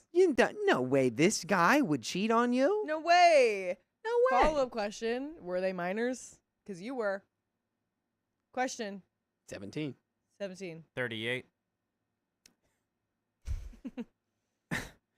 I've been trying to work past these things because I love him, but I just can't justify staying with him anymore. A commenter says, please don't lose your nerve when you get back. Follow through and break up. OP says, I won't. Thank you. I've had enough of his crap. I've been feeling like it might be time to move on lately, and the more I thought about this, it sealed the deal. If our relationship means so little to him he'd leave over a tattoo, I don't want to be in it any longer. And that is the end of that story. Yay! Good Huzzah. job, OP. Huzzah! That's what we like to hear. Get away from this crappy little stinky pee-pee man. Stinky pea man. Stinky pee. Drinking, eating asparagus all day. Yeah. Huh? And 'Cause he's farting up with the stinky. cabbages. that Stinky he's pea. eating. Asparagus cabbage man. What's up with you and cabbage today? I'm just playing off of what happened earlier. No, you're fine. It's him. He's I'm been allowed. thinking about. Do you want I cabbage? said cabbage once. Twice, technically. Technically, 4 times. Shazalenko. Thank you for the $1.38. Today I begin my 40th revolution around the sun. Ooh. Happy 39th birthday. Let's go. Viva la Happy, revolution! happy 39. Happy birthday. Happy and birthday! Thank you for the donation. Boy. Very, very nice of you. Boy. Wow, wow, wow. I guess I'm on my 31st revolution around the sun. Viva la revolution! Hey, listen, 64, that guy was 23 at this point in the story. 20 when they started dating. Yes, and she was 17. 38. Yeah. That's me no likey. Not a fan. Me not likey that. I feel like that's totally reasonable to throw pee-pee in the ocean. I don't know. Right? Like, I mean, if you're gonna, why not? Why not then? got sharp scissors. Hand him over. I'll handle him. Sharp scissors. Goodbye to your wizard. That's what they say. Where I'm from. That is sure what That's they what they say in Missouri? Yeah, they gotta. You gotta be careful when you have scissors. Because if you aren't careful with them sharp scissors, you're gonna say goodbye to your wizard. My It's wizard? just good advice for all of us. Gandalf. I name it Gandalf. Called it your wizard? Not your wizard? Gandalf Yeah. I was thinking wizard because it's like, never mind. We Alex didn't go Kazam, into bring me your that. magic. Bring me your magic powers, Alex Kazam. Bring me Alex bring me Kazam your is a Irish great- accent. Great magician name. Yeah. Guess what card I have right here? One with a PP on it. It was Oh! actually the OK Storytime card the whole Oh, man. How did that happen? time. Then they call that sleight of hand, ladies and gents. Wow. Impressive. Yeah. Alright. Slightly. Impressive. Nah. Yeah. Any other questions, comments, or concerns? No. Leave him at the door. Hell yeah. Ming Ming just bought Kagurabachi. Let's go. Keon won't read it because he's illiterate.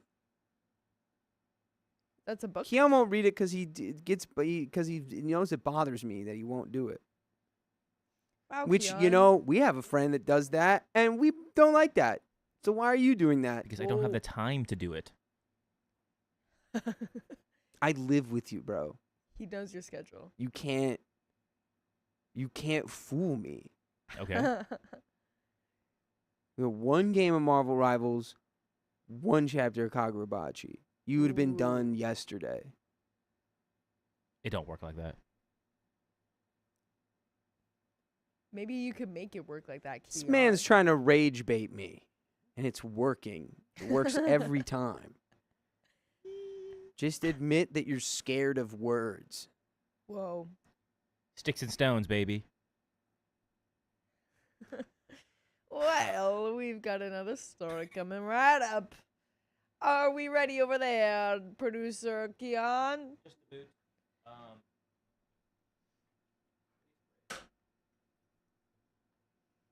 I don't really need one. Me, I guess. I don't really need one, but I can take Does someone one. need to take a break right now? Yeah, whoever wants Yeah, Yeah. You got me for that sounds good. Yeah, you got me for me. Okay. Okay, perfect. Okay, perfect. Okay, perfect. All right. Here we go. Ladies One and second, I don't even know what joins. we're doing right now. Hang on. Ladies and Joims. My socks don't have Orca. holes in them today. Huzzah!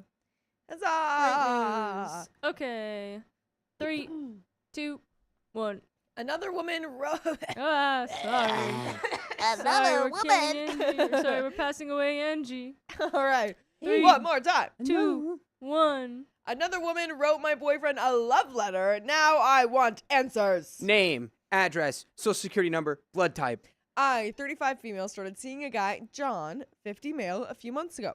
I met John through a coworker. John is one of the singers, guitarists for a very popular local band, and my coworker has been a follower and a fan of theirs for years.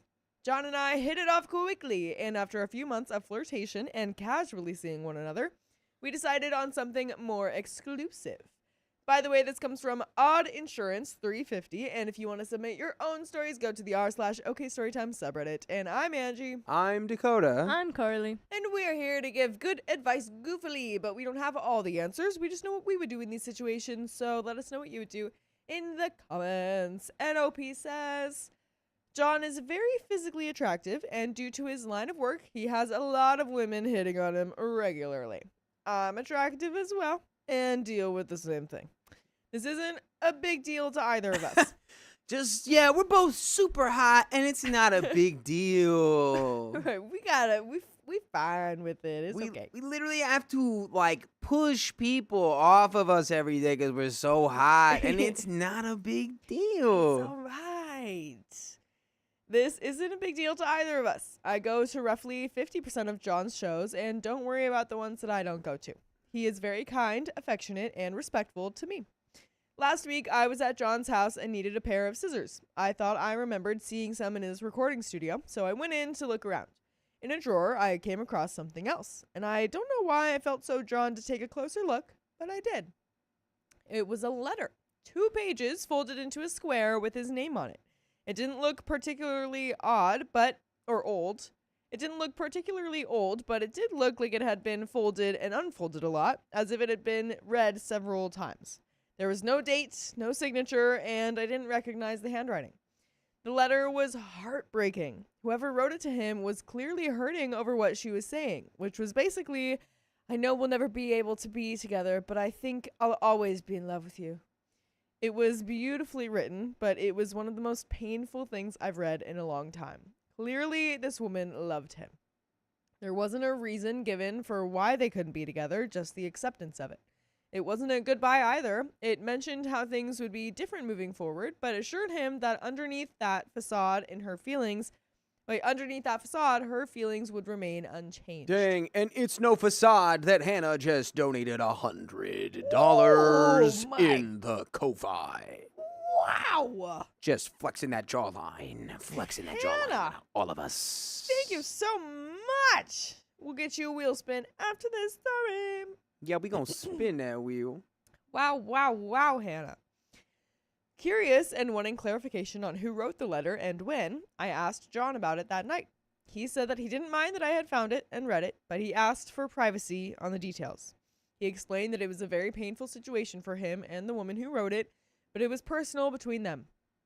He reassured me that it was written a little while before we met and that nothing physical ever happened with the woman in the letter. It was a deep emotional connection that mostly turned into conversation, and they ended it before it went further. He wouldn't explain why it ended or tell me who wrote it. He did say that it was someone he still has to interact with, but it was over, and he just asked that I just let it stay private. I was okay with that at first. He was kind about it, and he didn't come off as defensive or secretive. I liked that he was upfront about what he could share, and the way that he asked for privacy about the rest of it was respectful, so I let it go. But I did start to wonder, eventually. I assumed it was maybe someone from the venues or someone at his booking agency. A couple of days ago, I had lunch with a coworker who introduced us and ended up asking her about it. The second I mentioned the letter, she reacted like, wait, what? No. As if I was giving her the juiciest gossip ever. Bro, you just did the one. Now you're the a-hole, dude. You Yeah. just did literally the one thing he asked, which is just keep that private. Yeah. You immediately did the opposite of that. Yeah. Like, I feel like if you're so worried about it to the point where you're like asking people about it, maybe that's just a time that you tell him that you're worried and try to see how to go forward from there Yeah. with him. But Yeah, it should have just been more if you weren't fully okay with this yet, just needed to be more conversation and more talking to him. Yeah. And it's not like you don't trust him. Right. Like you say, it's like, we're both super hot. It's not a big deal. Right. Everyone wants to get with us, but we don't do it and we're together. It's not a Right. big deal. right. Yeah. Yeah. You've messed up. I I do. Yeah. Yeah. Sorry, dude. She said she was 90% sure that the letter was written by the female singer in John's band, Darcy, who is 40. At first, I thought that couldn't be true. I've met her and been around her often, and she's always been incredibly sweet to me. She's also married to someone else in the band. She and John do have great on-stage chemistry, but that always seemed like part of the act. They're friendly off-stage, but she doesn't linger around him or flirt with him. In fact, if anything, she seemed to avoid him sometimes. My coworker said those offstage interactions were a fairly new development. Everyone used to think that John and Darcy were together or secretly in love, but something happened about 6 months ago, and things cooled off between them noticeably.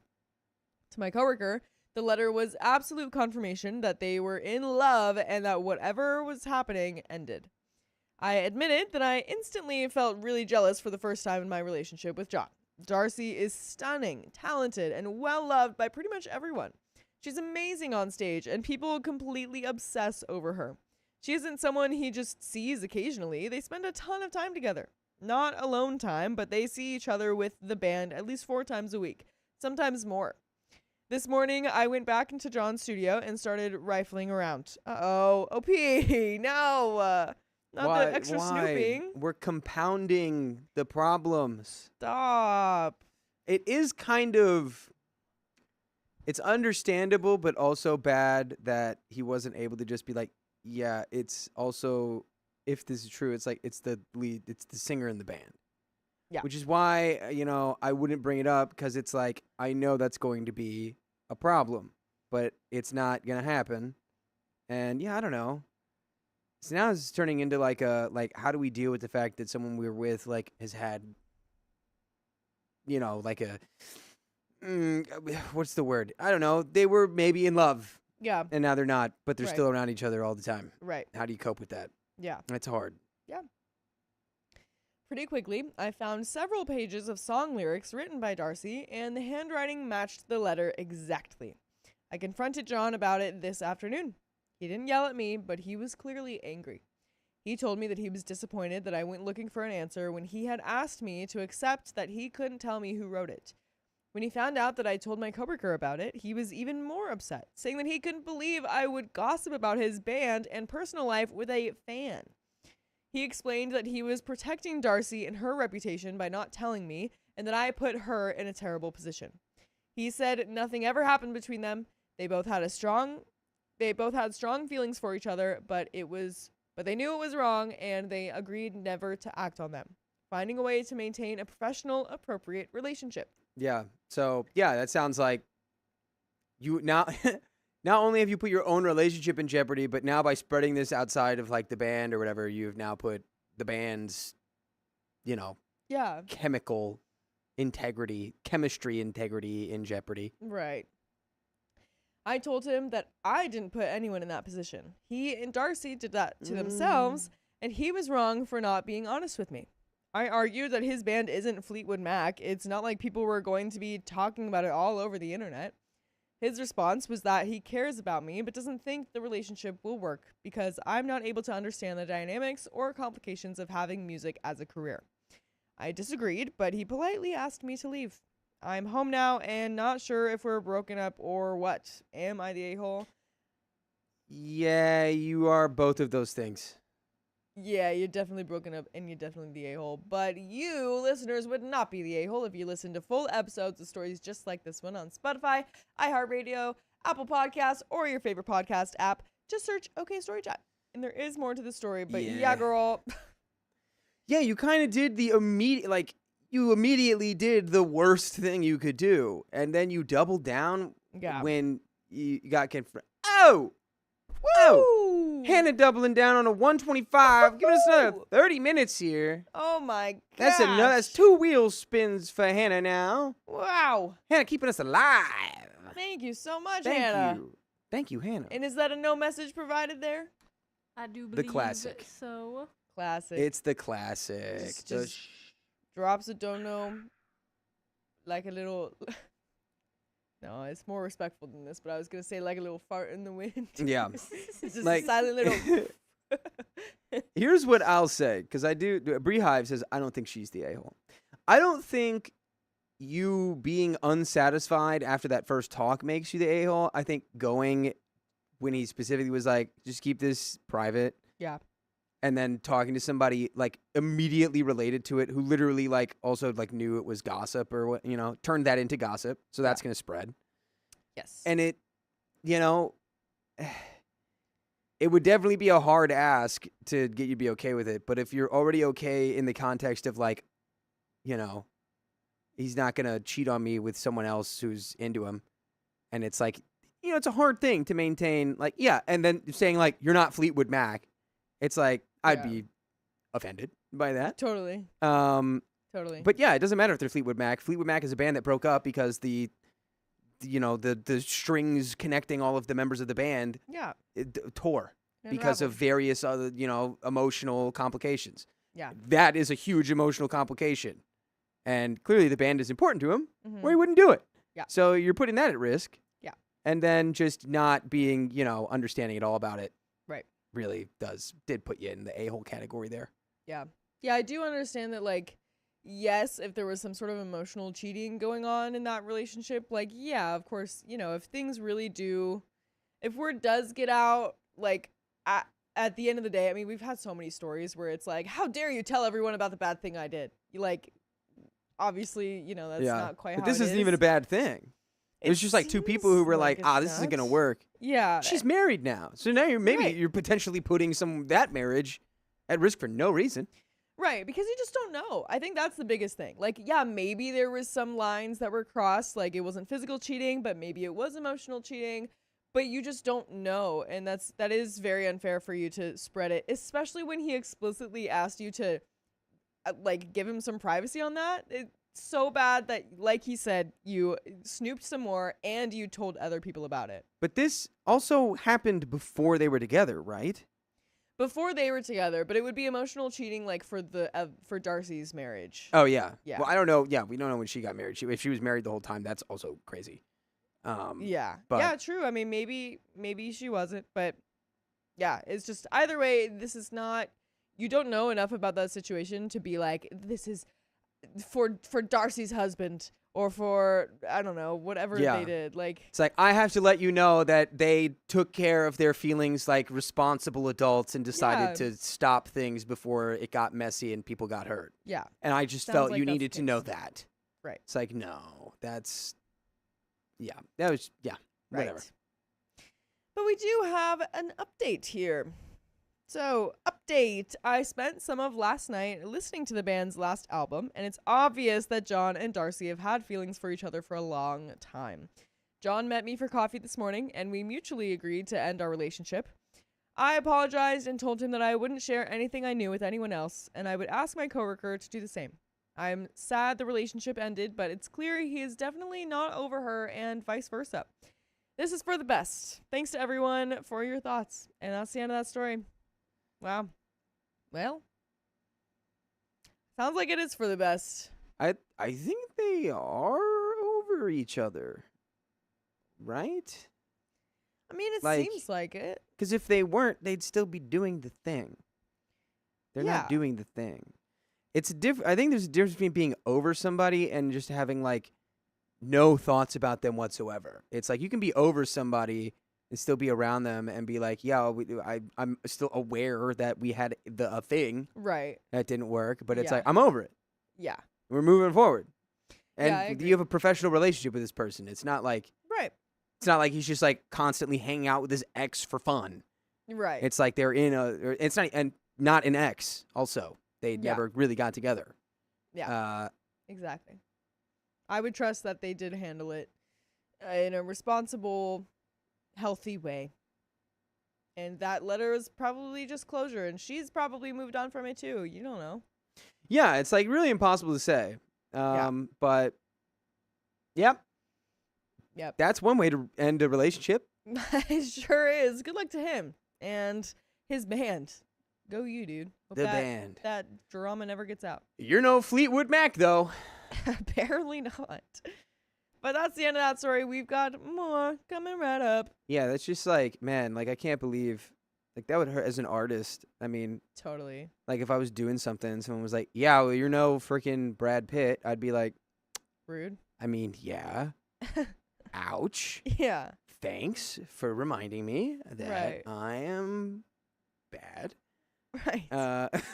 And the fact that she brought it up too in the way that it's like, it's not like the whole internet's gonna talk about you. It's like, well, Yeah. yes, but a whole town that knows about us. Right, and- exactly. It's like, like- that's not even the issue. I don't care Yeah. about the whole internet talking about us. That'd be Right. great, actually. I Right. cared that my band might implode now because Yeah. of this. Right. And then she wrote a post, and now we're talking about her on the internet. Yeah, That is exactly. true. Now the whole internet is I talking hope about those it. were fake names. And we've got a couple wheel spins here. We do. We For sure Hannah. do. Hannah Bonanna.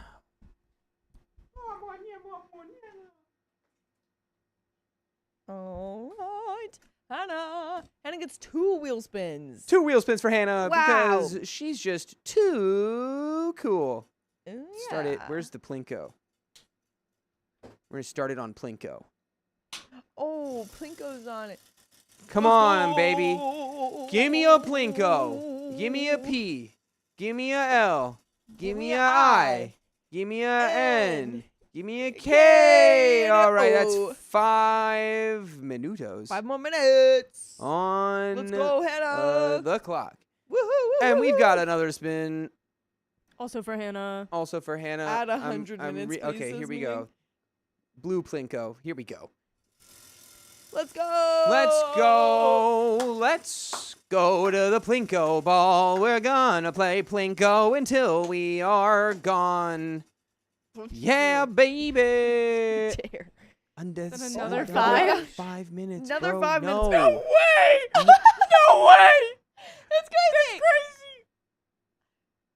10 whole extra minutes. From Hannah. Thanks, Hannah. 10 minutes for Henny Banani. Angie says, thanks, Hannah. Bow. Well, Bow. am I taking a break or is Dakota taking a break? Okay. Dakota, are you cool with me taking a break? I'm cool on time, man. Dakota said, I'm cool all the time, man. Okay, I'll be back. I'm cool all the time, every day, all the time, man. You know me. Coolest in the league. The coolest, man, this side of the Potomac River. Bum bum ba-na-na. Bum bum ba-na. Bum bum ba-na bum. Bum ba-dum ba-dum. I'll get Plinko one of these days. Don't you worry. I mean, Might even be tonight. we could change that. What do you mean? We can just add more Plinkos on the board. Yes. That's what we want. Every option Plinko. Plinko, Every option Plinko. like literally any dollar you donate is time added to the will. So that's the beauty of Plinko. Plinko. Plinko. Why are you so big? Because Me? he's in Angie's hoodie.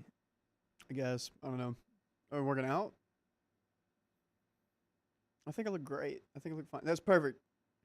Oh my god. Anyone else craving KFC? Memeing says. Only if Everyone- it's- Whatever you're craving, put it in the chat. If I'm- you get fried chicken in my head, I will. You still haven't had Jollibee. I'm only craving KFC if it's from Indonesia. That was really good. They What knew how to about- crisp it. They did it. I don't know what the heck was going on over there, man. What about Jollibee? Yeah. I've never had it. Jollibee in Where's the any closest place, Jollibee? anywhere, anytime. The Valley. See, the thing about the valley is that it's in the valley. There's one downtown, isn't there? I think there is. Chocolate. We got some chocolates. We got some KFC tonight. Chocolate. You can get a good deal on that. Oh, yes. No, listen. Cheesecake. Oh, dude, I love cheesecake. A little cake of cheese. The cake of cheese. Shake Shack? Sometimes, yeah. Cheesecake and other sweets. Ooh, Arby's. Why Shake- did you say Arby's? Shake Shack just Yo. don't put enough meat on your bones. What do you got against Arby's? Only old people eat there. I love Arby's. Like 70 and plus people eat there. Call me 70 and plus because Religiously. I love Arby's. My grandpa asked, "Yo, what do you want to eat?" And he mentioned Arby's. I was like, "What?" I have always found Arby's to be visually unappealing. Unless they want to pay us money. I don't know, man. I don't care. In which case, I do really like the roast beef. There's a restaurant in Missouri called Lion's Choice, Cookout. Oh my god. and they make really good roast beef sandwiches. Yeah, and that's roast beef. essentially Arby's, but just like better. Nina says fluffy pancakes, Riley. Oh my gosh. That's an okay. inside joke, actually, because I get that. Fun fact: while I was in Bali, I was like dragging Nina, Leanne, and anyone I could find to get fluffy pancakes. Yeah. And I went to the spot. I went to the Yeah. spot that had the fluffy pancakes. I look at their menu, and I go, "Where'd the fluffy pancakes go?" They had pancakes. I ordered those, thinking, "Oh, they're fluffy." They took them off the menu, Yeah. and you think, "Oh, I'm going crazy. I'm going loco." Blah blah blah. No, I took 2 photos the last time I was in Bali of those fluffy pancakes, and they were there at that restaurant, and the location said it was there at that restaurant. Yeah. We had a fluffy pancake off that day. Really? I expected to lose, but they just did not have the fluffy pancakes where you were. Good for But, Oregon to have a Jollibee. That's crazy. But no, it like even like Dakota, those pancakes that you got, those fluffy ones that you got, would have been to shame if the ones that I wanted were still there. Oh, I'm sure, because they weren't really. They weren't. They weren't really the. Listen, And I on the want to level. cry. I want to cry so bad because of these fluffy pancakes. listen. You're good. Arby's, okay, you can. Arby's is fine. Like, I get people don't All like right. it. I guess it's a Poll. joke. Do No, we we don't love have to- Arby's. Let's do a poll. It's not a Let's joke. finish it. Paul, would you eat Arby's every day? No, just Arby's or not. What's your take? I mean, we're doing so many free. Let's do some No, poll. we should not be talking about Would these you cater places. Arby's for your Free wedding? Poll. John would have a Dude, riot. can you put a poll up though? yeah. Thank you, Keon. 35 nuggets, 5 minutes. We need to. Is do it that. 3 minutes? What's the poll? What was the time? Arby's, yes or no? Easy as that. You just got to put in the first word. And I want to see this. I own a Yes. mini pancake bar and charcuterie bar. Whoa! I want that. Can you please be our next guest? Can you make it a mega pancake bar for me? Yo! Is mega the Shut opposite up. of mini? Yes. Yes. Mega pancakes? Oh my god, I could kiss you right now. It's like Holy pancakes cow. that are like the size of a pizza. We And you have them in pizza boxes, but we redo the box to make it look like a pancake box. Dude, we might be coming up Holy with shit. an actual great niche restaurant idea right now. And then dude, it's the same thing as pizzas because you put whatever toppings you want on it. yeah. And then you paint it where it's like, yeah, this is like an experience you're supposed to share with your friends. It's like a Right. community experience. Chat, would you like a vlog of Riley trying Jollibee for the first time? We're on the paint. We're on the paint. We are. I on don't the care about the brink of a pancakes. great business. You said you idea like over here. like I fried think chicken. we really are though. You said you like fried chicken. No one's doing that. No one's doing that. No one has the mega pancake share Oh, I Damn. know experience. all about Long Beach, Angelica. And think about it, like no one who has the materials to make pancakes that big? Nobody. You got to make them. We have to invent the system that we would use to make these gigantic pancakes. Yeah, we gotta. All right. I mean, hey, We're tell tracking Sam, off put that here. We're engineer, put that sidetracking. engineering knowledge to use. We just do it together. All right, let's do it. A lot of people are saying yes. mega pancakes, dude. No. The Arby's. What's the poll at Arby's? The poll for Arby's is 60% yes. Give it some time. Give it some time. A lot of people They'll are learn. saying They're young. Jollibee. They want a food stream. Okay. I mean, if that's what the You people can want. reach out to Jollibee HQ. Only if McDonald's pizzas? Oh my gosh. you. Don't they only have those in like Italy? We should probably get reading. Ba ba ba da ba All right, who's starting this? ba ba ba da All right. ba da ba da ba da ba ba ba. 3, 2, 1. My mother-in-law ghosted me after I gave birth because she's jealous. Maybe because she can't have kids anymore. This was a good theory. For some background context, I moved from Florida to Pennsylvania, currently 8 years ago. Me and my boyfriend have been together for 2 years now. Him and I had our son last year in September of 2024, and before I gave birth, everything seemed great with mother-in-law and grandma-in-law. And by the way, this comes from user Objective Ad 1567, and if you want to submit your own stories, go to the r/OK Storytime subreddit. I'm Dakota. I'm Riley. I'm Keon. And we're here to give good advice goofily. We don't have all the answers. We only know the goofy little things we know. So let us know what you know in the comments, as OP says. La la la la la la. Mother-in-law and grandma-in-law would text me often when I was pregnant, asking how I was doing and how were the doctor's appointments, etc. And my mother-in-law even planned the baby shower for us. I did ask her if she was planning to do it because I was told that mother-in-laws usually do the shower, since my ex-mother-in-law did it for me with my first. So I thought that she was going to do it, but I wasn't sure, so I asked. And Oh, interesting. I didn't know that was a thing. What? I did not know either. Guys, is that baby In-laws- shower etiquette? Tap one in the chat if it is. That Well- the mother-in-law of the woman does it. Hold on, your poll's still going. The but min-law. I'll change that. Yeah, If- you can end the poll. I was just saying type one. You don't. That's not a. Min-law, bin-law. Yeah. It's okay. that a People thing? were yes, by the way. Osama bin Laden. I don't know. And yes, she was kind enough to do it. But after I gave birth, everything completely changed. Mother-in-law, grandma-in-law, and grandpa-in-law came to the hospital and got to hold our son right away. I literally just pushed him out, not even 45 minutes before, and they stayed in the room with us for almost 3 hours. I mean, I never saw an issue with it. Maybe I'm being too nice, but I don't see that as too much. I've always been for family and pretty lenient. Especially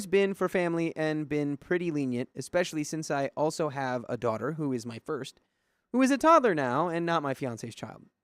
But our son is my second child. My mom and my stepdad made plans to come see us right after our son was born, and they bought tickets to come see me 3 days after coming home from the hospital, and could only spend time for 1 week. Mind you, I had not seen my mom or my stepdad for almost 5 years, and my boyfriend explained to his mom that it would be best for her to just wait so that I can soak in the time that I have with my mom, and she can spend enough time with our son before they leave, since it would probably be a long time until we all see each other again. Fast forward, 2 weeks have now passed that I had already given birth, and my mom had already left.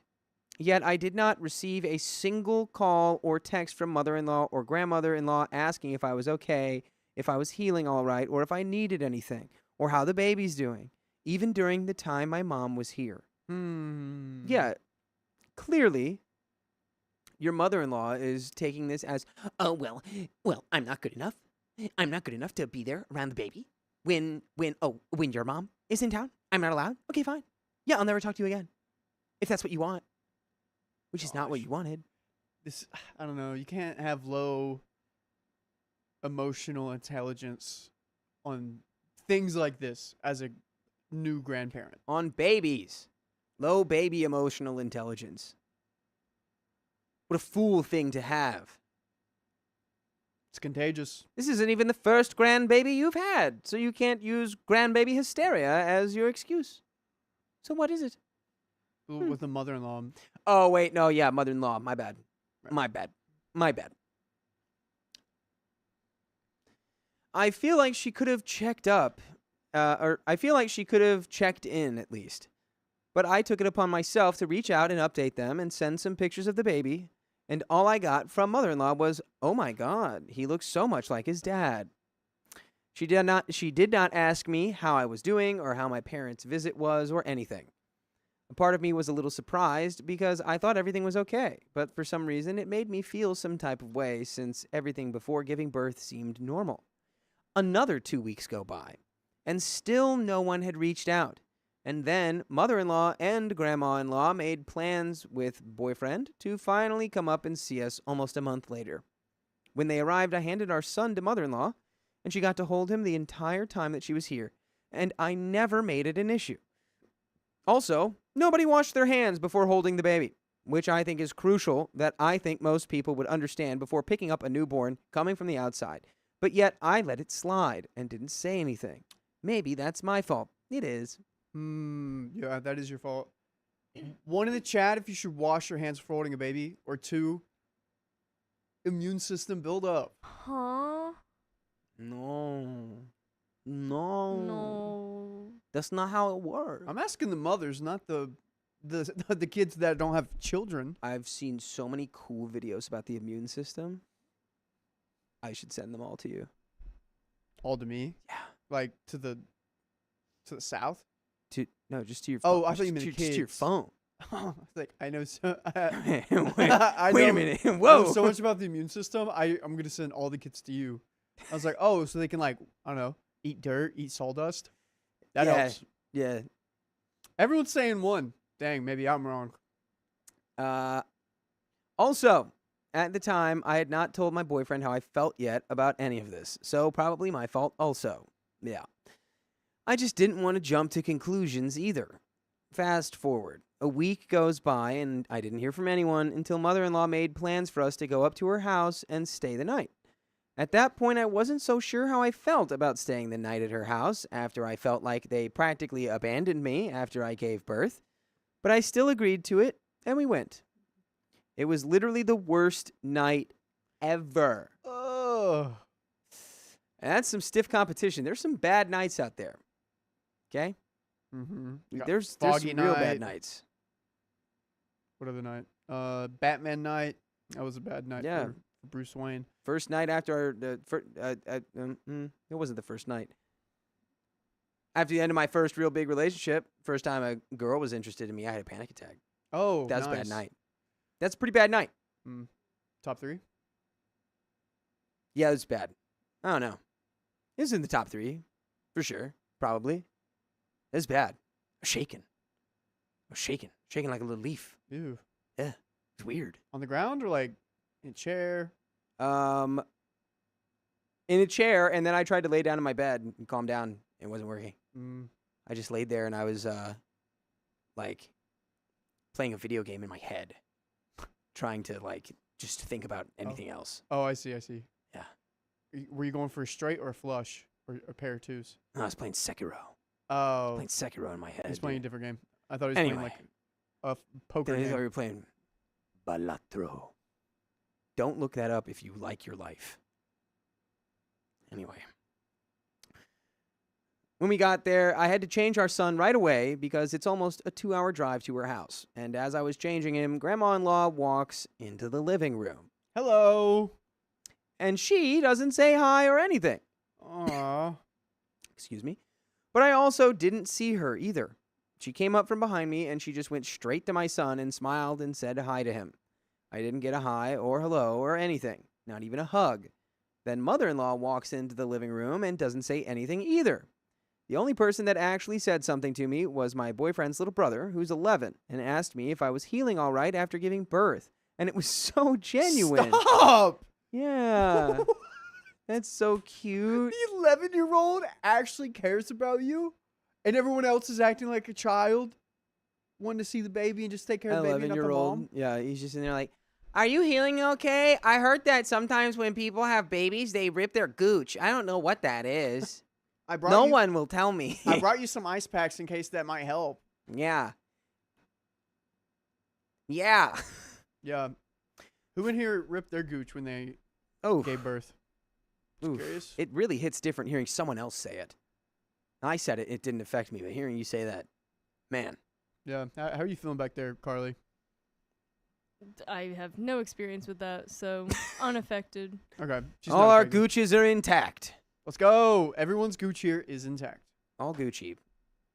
5 minutes later, then mother-in-law now wants to ask, how is mom doing? Referring to me, I suppose. Later that evening, mother-in-law decided to post pictures on Facebook and parade boyfriend and our baby to everyone. Wait, what? To parade... Later that evening, mother-in-law decided to post pictures on Facebook and parade boyfriend and our baby and everyone with the baby except for my daughter and I. In a way that also made me feel a little left out, and I don't know if I'm tripping about that, but we were all together and we all stayed the night, so I'm not sure why she couldn't post everyone as a family since we were all there. But it's made me sad considering how I felt about everything else on top of it. Someone made a good comment. I could you scroll up just a touch? But I think it was KDB. Brehov says, I think maybe OP is overanalyzing. You think you agree? I kind of do, yeah. I'm on the polar opposite side. Wow. I think OP's analyzing all of this like perfectly, but then is like, but I don't know, like, am I going too far? And it's like, dude, we've seen so many stories where like in-laws get weird about like kids from like previous marriages or partnerships, and then it's like all of this started when she made the boundary of being like, when my family comes in town, I just want to spend that time with them. And then once they're out of town, then you can come back around. But while they're here, I just want it to be them. And ever since then, they've like gone cold on her. Weird. Yeah. And it's like, well, you think you're just better than us. You have your own family. I guess you don't need us. It's weird, yeah, because like when you get married, they're now your family too. Yeah. I can see how it goes both ways. These ladies are acting childish. A little tea time would clear some things up, clear communication. Yes, a little afternoon tea. Maybe a crumpet between in-laws. Ooh, crumpet. Yes. That night, I cried myself to sleep in her house. Oh. And I finally explained to my boyfriend how I felt and what was going on. And he completely understood where I was coming from and comforted me.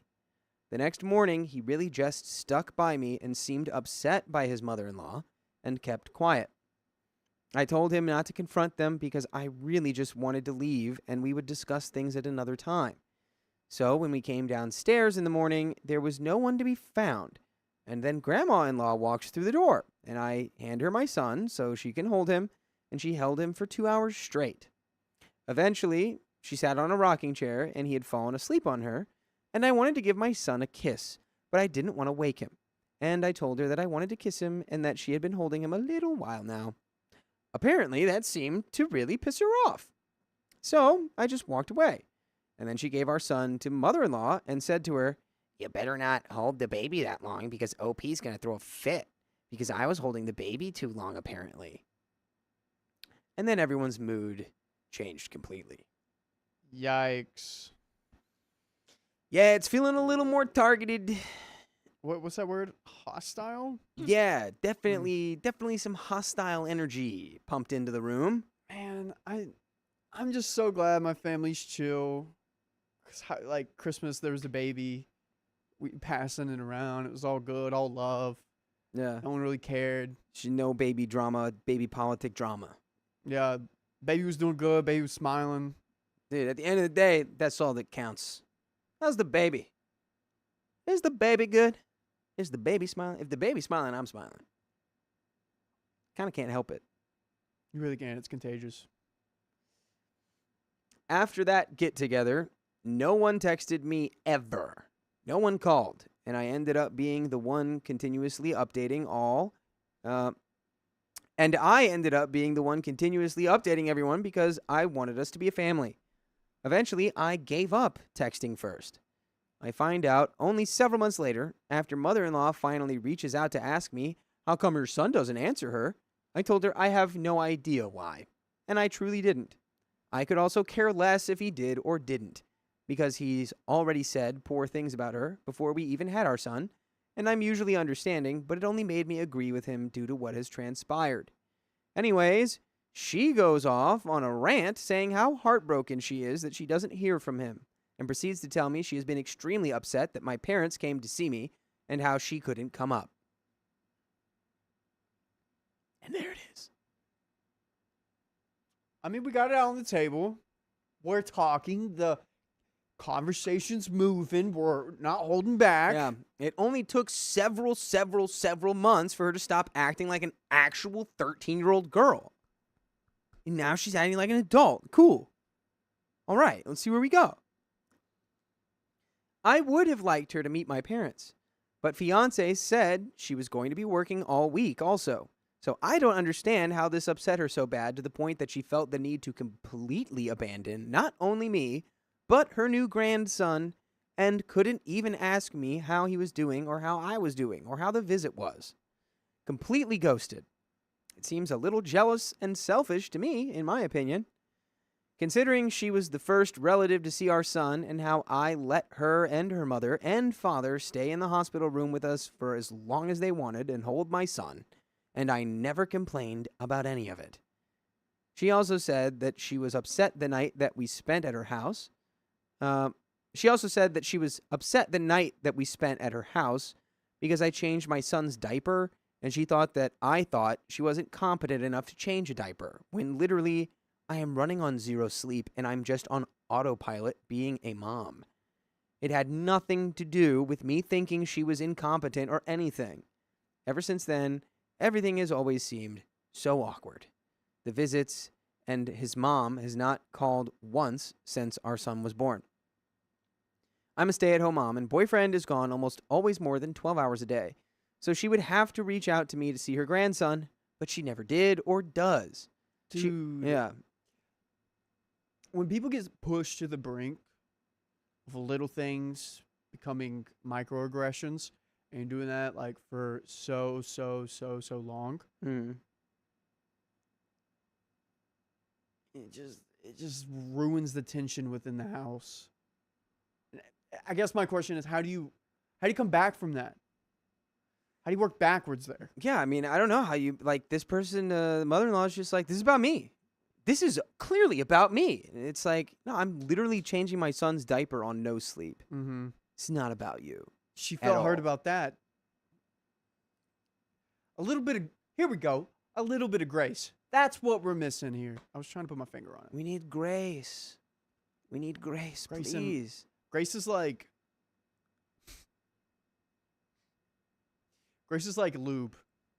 lubricant. A good old-fashioned social lubricant Mm-hmm.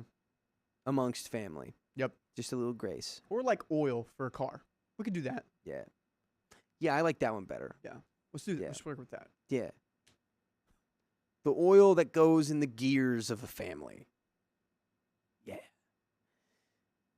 She always says, I'm sorry I don't call you as often as you want me to, but I'm heartbroken that my son ignores me all the time. Yet there is no such thing as often. Lady, you have never called me. Ooh. Not even once. And we only saw her and his family a handful of times out of the year. And she has only taken it upon herself to text me twice without me having to keep the connection, which was literally last month, asking how we were all doing. She complains all the time why her son doesn't answer her, or why we go to her mom's house instead of hers when we come up to visit. And she always says she feels like she isn't good enough for us. So she distances herself, and eventually, when it came down to it, she blamed me for her son missing the holidays. Yikes. Just straight up narcissismo right there. Everything's about me. Everything's me. My. I. That's good. That's good. Narcissismo. No, she's Yeah. mom. Narcissmom. She Yeah. is like a Charizard, but the worst, the opposite, complete opposite. You don't want that. Yeah, You don't want to get that. They win every fight. It's the worst because people are just like, I can't even do this. This is too exhausting. But you know what's not exhausting is listening to full episodes with stories just like this on your favorite podcast platform, whatever it may be. iHeartRadio, Spotify, Apple Podcasts. I don't care. Just search OK Storytime and get to listening. Mm-hmm. Pressing play to us is not exhausting. No, it is not. But man, this mom is exhausting. Yeah. I'm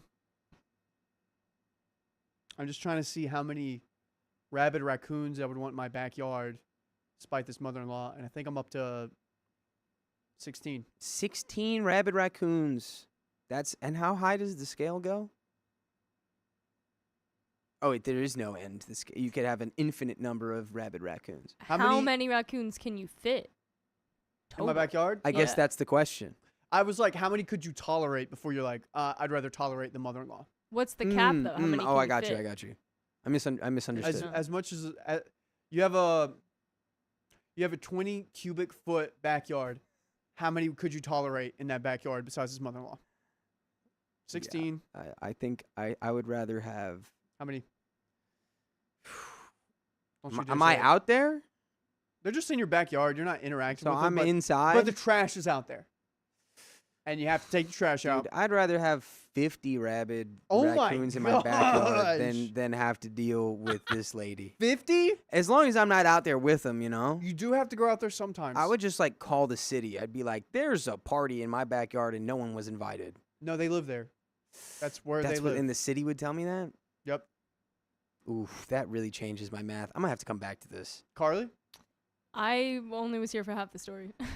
how many rabid raccoons would you have in your backyard rather than some mother-in-law? From what I've heard about the mother-in-law, yeah, I'll go somewhere like 15. I'll stay around where you were at. All right, everyone else, put how many rabid raccoons would you rather have than this mother-in-law? Go. Nice. Well, OP continues. I truly had no role in my boyfriend missing Christmas.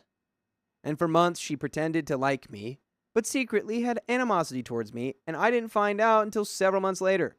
Mother-in-law is like 45, I think, and this is her first grandson. Yes, boyfriend put her in her place. She eventually apologized to me, but it feels a little, half-hearted, just so she can have enough access. But I feel like I can't look at her the same. Boyfriend hadn't spoken to her for a month or so, but recently said only a happy birthday to her in September, and it seems like they're okay again, I guess. I just wanted to be close and have a family, but seems like how I am, which I have no idea since I've always given nothing but respect to her, is not her cup of tea. Thoughts? And that is the end of that story. Bringing it all the way back around with a cup of tea. She was listening. She was here. Listen to this, OP. You and boyfriend, sit down. How do we want our child to have a relationship with their grandparents? Do we want it to be hostile? Do we want it to be sweet? Do we want it to be kind? Do we want it to be mean? Okay, what's the dynamic with my parents? What's the dynamic with your parents? Make a list. Check it twice. See who's naughty and nice. The Santa method. The Santa method. And just kind of base your vibes off that about where you're going to spend your time, when you're going to spend your time, where you're going to spend your time. Where is a big thing, because sometimes if you go in other people's home courts, they got different rules. It's true. You can't use that spoon. That spoon's only for ice cream. Can't use that fork. That fork is only for steak. Can't use those scissors. I use those scissors to cut fabric, not just anything. People have rules. There's rules. They must be abided by. What Have fun you household do you used have? the fabric scissors, Riley? No, I was told very seriously the second I picked them up, do not use those for anything else. Good. Fabric scissors, that's a real one. Yeah, I know. I'm just saying, people have rules. What kind of house rule do you have, Carly, In my apartment or like growing up? in your apartment? I'm gonna ask you soon too, Keep Dakota. the bathroom door closed so my cat doesn't try to fall in the toilet. Bathroom door closed. I have a rack for all of my spices. They live there. They don't live anywhere else. They go on the rack. You? No pants in the living room. like frying pans? No pants. He said pants. Oh, pants? No pants. In the living room. No pants in the living room. Ooh, I actually Why? went. We're home. Why am I wearing pants in my living room? I went there and I had pants on. Yeah. That was before they had a living room. No, they had a couch and a chair. They had a couch then? We technically don't have a living room still because there's no coffee table. And there has never been one, and there won't be because we move out in like 3 weeks. Oh, lovely. Did you find a place? No. Good luck. But we're looking. And we'll find one. You guys could both live into my old room here. Yeah, we'll both live in, we'll share a room together. There you go. Share a room, share a closet. Guys, we got another freaking story for you guys. And we got donos, Miss Carly. Yeah. Stacy toilet. Bot, thank you for the $2. Stacy Bot says, the right stuff. Sorry. Miss White is in the chat. She said, don't mess with the fabric scissors. I learned. Oh, yeah. Don't you dare. I The learned. only thing you cut with that fabric. Because then It's you gotta fabric. buy new scissors. They get ruined. One cut of That is something true. else. How can it, so that the scissors can handle fabric, but they can't handle paper? They can handle it. It just ruins it for cutting fabric. Imagine having a pair of scissors and cutting it with cloth and then cutting it with a piece of wood. Okay. And then you try to go back and cut it with cloth again. But now those scissors, they're used to the wood. I didn't realize scissors had sense memory. Mm-hmm. Yeah. That's iron, bro. Someone knew says, that. I Cast keep iron, the toilet bruh. lid down. Guys, I Bruh. do keep the toilet lid down too. My cat doesn't care. Cat don't care. Kai don't care. Cat don't care about that. That's like Keon. He's always getting to the bathroom. Cat doesn't What? abide by the rules. All right, let's do this. Okie dokie. 3, 2, 1. My mother-in-law stays friends with my husband's ex, and I feel so disrespected. Yeah, it could certainly be disrespectful. I'm married. My husband and I have a strong relationship, and we're starting to seriously think about having kids. My husband is supportive and has my back, but I've been increasingly stressed about my relationship with his mother, especially as we think about pregnancy and the future. By the way, this comes from No Cryptographer 88, and if you want to submit your own stories, go to the r/OK Storytime subreddit. I am Riley, I'm Dakota. I'm Carly. and we're goofy people giving goofy advice. That's our job. Your job is to put any comments you would have about this down below. And OP says, from the outside, our relationship probably looks fine. She'll likely think we're close. She likely thinks we're close, but I feel emotionally guarded around her. And that feeling has built up over time through a lot of small and not so small moments. Hmm. You may think I'm your best friend. You're just an acquaintance to me. That's what it's giving. Yeah. Yeah, that's what it feels like. From the very beginning, boundaries felt off. The first time I ever spoke to her was over the phone. And during that conversation, she immediately started giving my husband updates about his ex-girlfriend and her life. All right. Yeah, we're in Disrespect City now. Immediately, Disrespect-topia is where we are at. During the first conversation, It's insane. And that's on purpose. You know what you're doing. That's crazy. it felt inappropriate for a first interaction with a new partner and set the tone early for me thinking like the current relationship wasn't being protected. Early on, she also shared very personal information about her own past pregnancies with both me and my mother separately in a way that felt emotionally heavy and not appropriate for how our new relationship was. I remember feeling uncomfortable but not wanting to cause tension, so I stayed quiet. What is it called with you and your girl are in a relationship? I come to you, have a conversation. I go to her, have the same conversation, but I don't want to have it with you both together. What would you call that? Because some people do that. They don't have the same conversation with a group, with like a pairing. They do it separately, and they may like twist some information. What I would call that politics. is that? Politics? Feels like I politics. feel like there's definitely a term for this. I forget what it's called. If you know that term, let me know. Because I have family members that do that. Mm. They'll not talk to the whole family, but they'll talk to each person individually. Yeah, you know they got the club. Mm-hmm. Talk about it with the club. And then after a few weeks, you're gonna be like, "Oh, that person said this about me. Interesting." Yeah. Okay. Over time, she continued to blur the lines. She remained connected to my husband's ex on social media, which eventually led to the ex finding my profile and interacting with my posts, and even reaching out to my husband again. Like really the key to all of this is how is your husband handling this?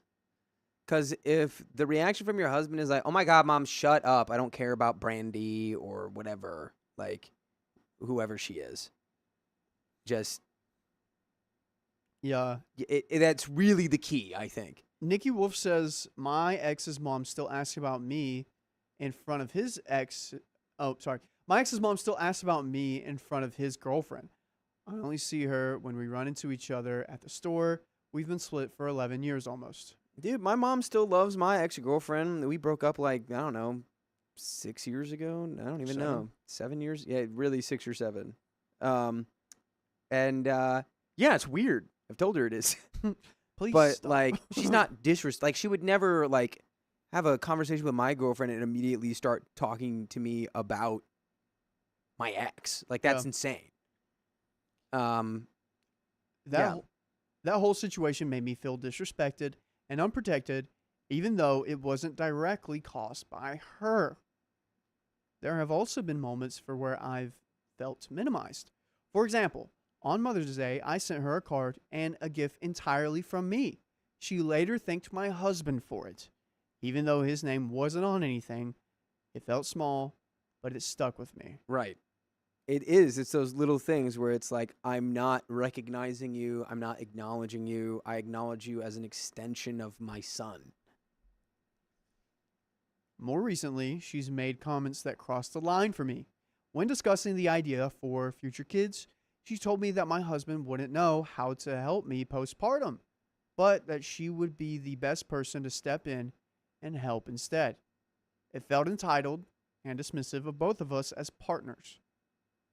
That's probably coming more from whatever experience she had with her own pregnancies or whatever you were talking about earlier in the story that was uncomfortable.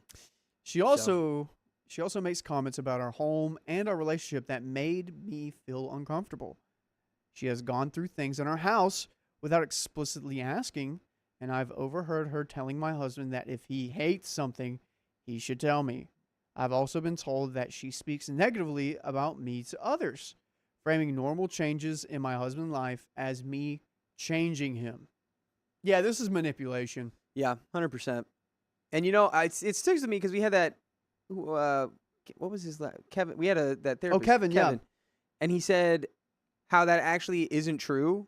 It's like when you are in a relationship, when you're in a relationship with someone like long term, like you do change. Mm-hmm. Like things. What he said, it was like 1,000 little funerals. Yeah, but it's your habits. You have to put death to those habits. Yeah, to change better for your partner. Right. So but it's not like changing. Like I don't want you to like a certain thing, or like I want to change like a core aspect or value of you. Like that's not okay.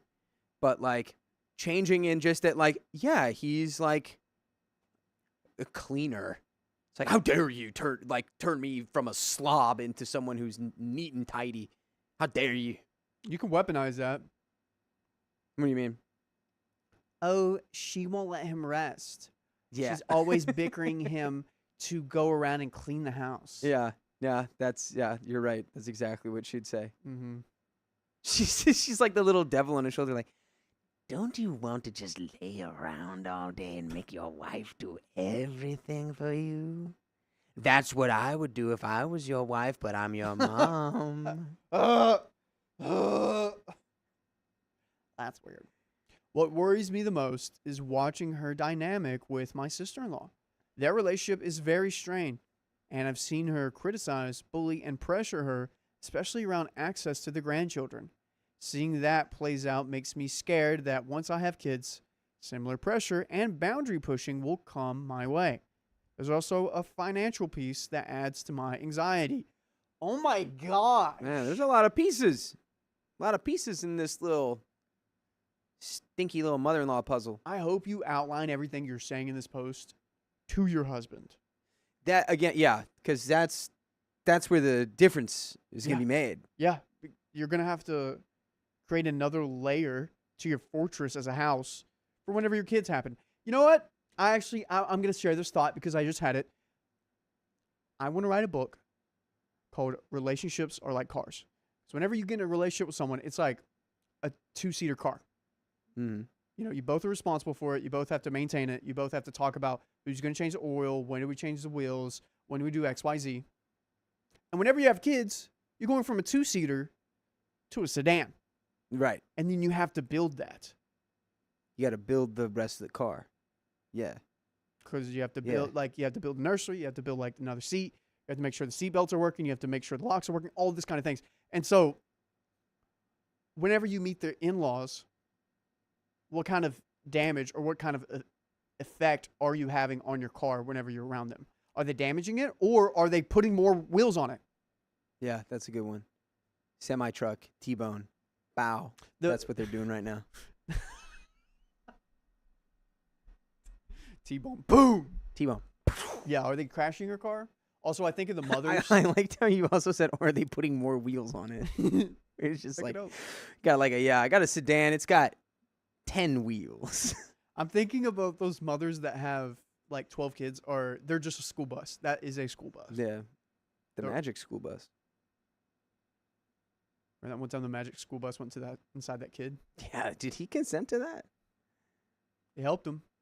I hope so. I think about that. I'm sorry. That's just something that bothers me from day to day. There's also a financial piece that adds to my anxiety. Yippee!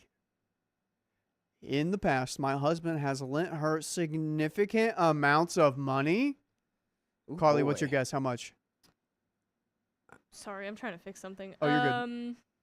A significant amount of money? I don't know. 4,000. 4,000, Dakota? I don't think they're gonna say, but I'd guess it's in the tens of thousands range. I was thinking that too. Guys, put your guesses down below. That stopped once we became a unit, but seeing her continue to spend frivolously and not plan for her future makes me afraid that financial responsibility will eventually fall on us, especially once we have children. She's also been through a health scare recently, which I have empathy for, but it's added another layer of emotional intensity and expectation. At one point, when I tried to be positive and express envy over a vacation she was gifted, she responded by telling me that if I chopped off my front airbags, maybe I'd get one too. What does that even imply? Is it so? I mean, it's like. But like, why are we? Pretty sure she had breast cancer. No, I mean, I know that, but I just mean like, why would we ever say that? That comment really shook me and confirmed for me that something wasn't right in how she speaks to me. Yeah, it's just, I'm still hung up on that comment. That's just an insane thing to say after surviving that. I don't know. Maybe she was just trying to make a joke and it just didn't work at all. No, It doesn't feel that way. It feels like she was trying to be like, yeah, well, Little Miss Rude Pants. It's like, yeah, maybe if you also had to chop your boobicles off, maybe you'd get a vacation, but you didn't have to do that, did you? It's like, okay, that's not at all. Anyway, okay. I don't hate her. I don't want estrangement. I want my husband to have a good relationship with his mom. I want her to be a loving grandmother someday. But I'm grieving the realization that my pregnancy and early motherhood experience may not be what I imagined, because I feel like I need to stay guarded and enforce boundaries instead of feeling supported. I'm trying to figure out whether I'm being too harsh or if my discomfort is a reasonable response to an ongoing boundary issue. I want peace, not chaos. I just don't know how to accept someone's limitations without letting resentment take over. And we have some comments here. Dude, how long of a marathon would equal the amount of time you would have to discuss with your husband about putting boundaries up with his mother? God, I hope not very long, man. It Pick- seems pick a pretty. series. It seems pretty reasonable. I'd hope it'd be less than a 5K. I think the B movie series. Wait, what? The B movie series. Oh, marathon, like a movie Mm-hmm. marathon. The B movie series is one movie. Exactly. I'm hoping it would only take that long. The B movie. I'm gonna start calling it that from now on. I'm a huge fan of the B movie series. They made another one of those? No, no, they didn't. That's the one. But regardless, I'm a fan of the series. Yeah, I think, yeah, like it should be one episode of Adventure Time. It should be a 10-minute conversation of just like, dude, Really? it should not take that long. How long did this take to read? That did not take 10 minutes. No, I'm just saying, how long should it take for OP to get through to her husband that like this is a problem and like you need Oh. to do something about it? It should be 10 minutes. Mm. Should not take that long. Okay. Yeah. Cuz it's weird. It is weird. She's being weird to you. Why is she being Manipulative. weird? And it's like, yeah, when you have a kid, she's probably going to get weirder. And that is not something you should have to deal with. We have some comments. Comment 1. Do you have your dear husband's support? Will he enforce boundaries? Opie says, yes, I do 100%. and he has in the past, specifically asking his mom to unfriend his ex and stop bringing her up. He also does an amazing job keeping our communication with her extremely minimal. Okay. We Okay, talk to good. her on the phone maybe once a month, and I see her 1 to 3 times a year. And she's still stressing you out this much? To the point where you're like contemplating even having kids? Well, yeah, because she said that when I guess her Brother-in-law sister or yeah. when the other grandbaby arrived, she just ratcheted up the crazy. Can't imagine. Like, I don't know what that is, man. There's got to be some scholarly articles out there about Like a chemical compound exploding in someone's mind. like what is it that makes like like grandmother or mother-in-law, whatever, what makes these people feel like so crazy once they have like a grandkid and they're like, this is mine. Yeah, dude, because we read stories where they, put them in no contact hell and then they start crawling up from it whenever the grandbaby new birth. I smell new blood. Ow. What is that called, guys? Have you experienced it? It's called The Evil Dead, the movie. Yeah. Looking at my trajectory, I think I'm going to be great. It won't happen for a while. Don't worry, Miss White. It's not going to happen for a while. I still live in LA. Yeah, babies aren't coming until you get back to the well water. That's true. Yeah. Yep. Swear they're going to be baptized. Yeah, baptized in the well water, that's why they ain't. You're never going to get sick. I don't need no baby immune system. What are you talking about immune system? I'll dunk that baby in the well water. All right. Comment 2. I think I would not stay in contact with her. I would be cordial those 1 to 3 times a year, but I won't be answering her calls or texts. Hubs can do that. But I would let him know that beyond, yes, wife is doing well, he shouldn't be sharing anything with her at all. If you get pregnant, she doesn't really need to know. Being a grandparent is not a privilege. Being a grandparent is a privilege, not a right. If it's not automatic. If you feel she will bulldoze you like she does your sister-in-law, I wouldn't let her be a constant. I wouldn't let her be in the baby's life that much. Just make sure your husband feels the same way with that, and he can 100% be able to fight against the guilt trips and such she will definitely throw at him. Obi says, honestly, this is where I've landed as well. I've removed her from all social media except for Facebook. I think I'm going to start ignoring her calls and responding to her texts on my terms and leave it to my husband to manage the relationship with his mother. I know he will support whatever I decide. I agree not telling her about future pregnancies is in my best interest. It just saddens me that it has to be this way. And we have an update. Yeah, sometimes it sucks. But like it sounds like you're on the right path to like, peace and positivity in your own life. Which is yeah. Sean says grandparent rights debate incoming. Grandparent rights.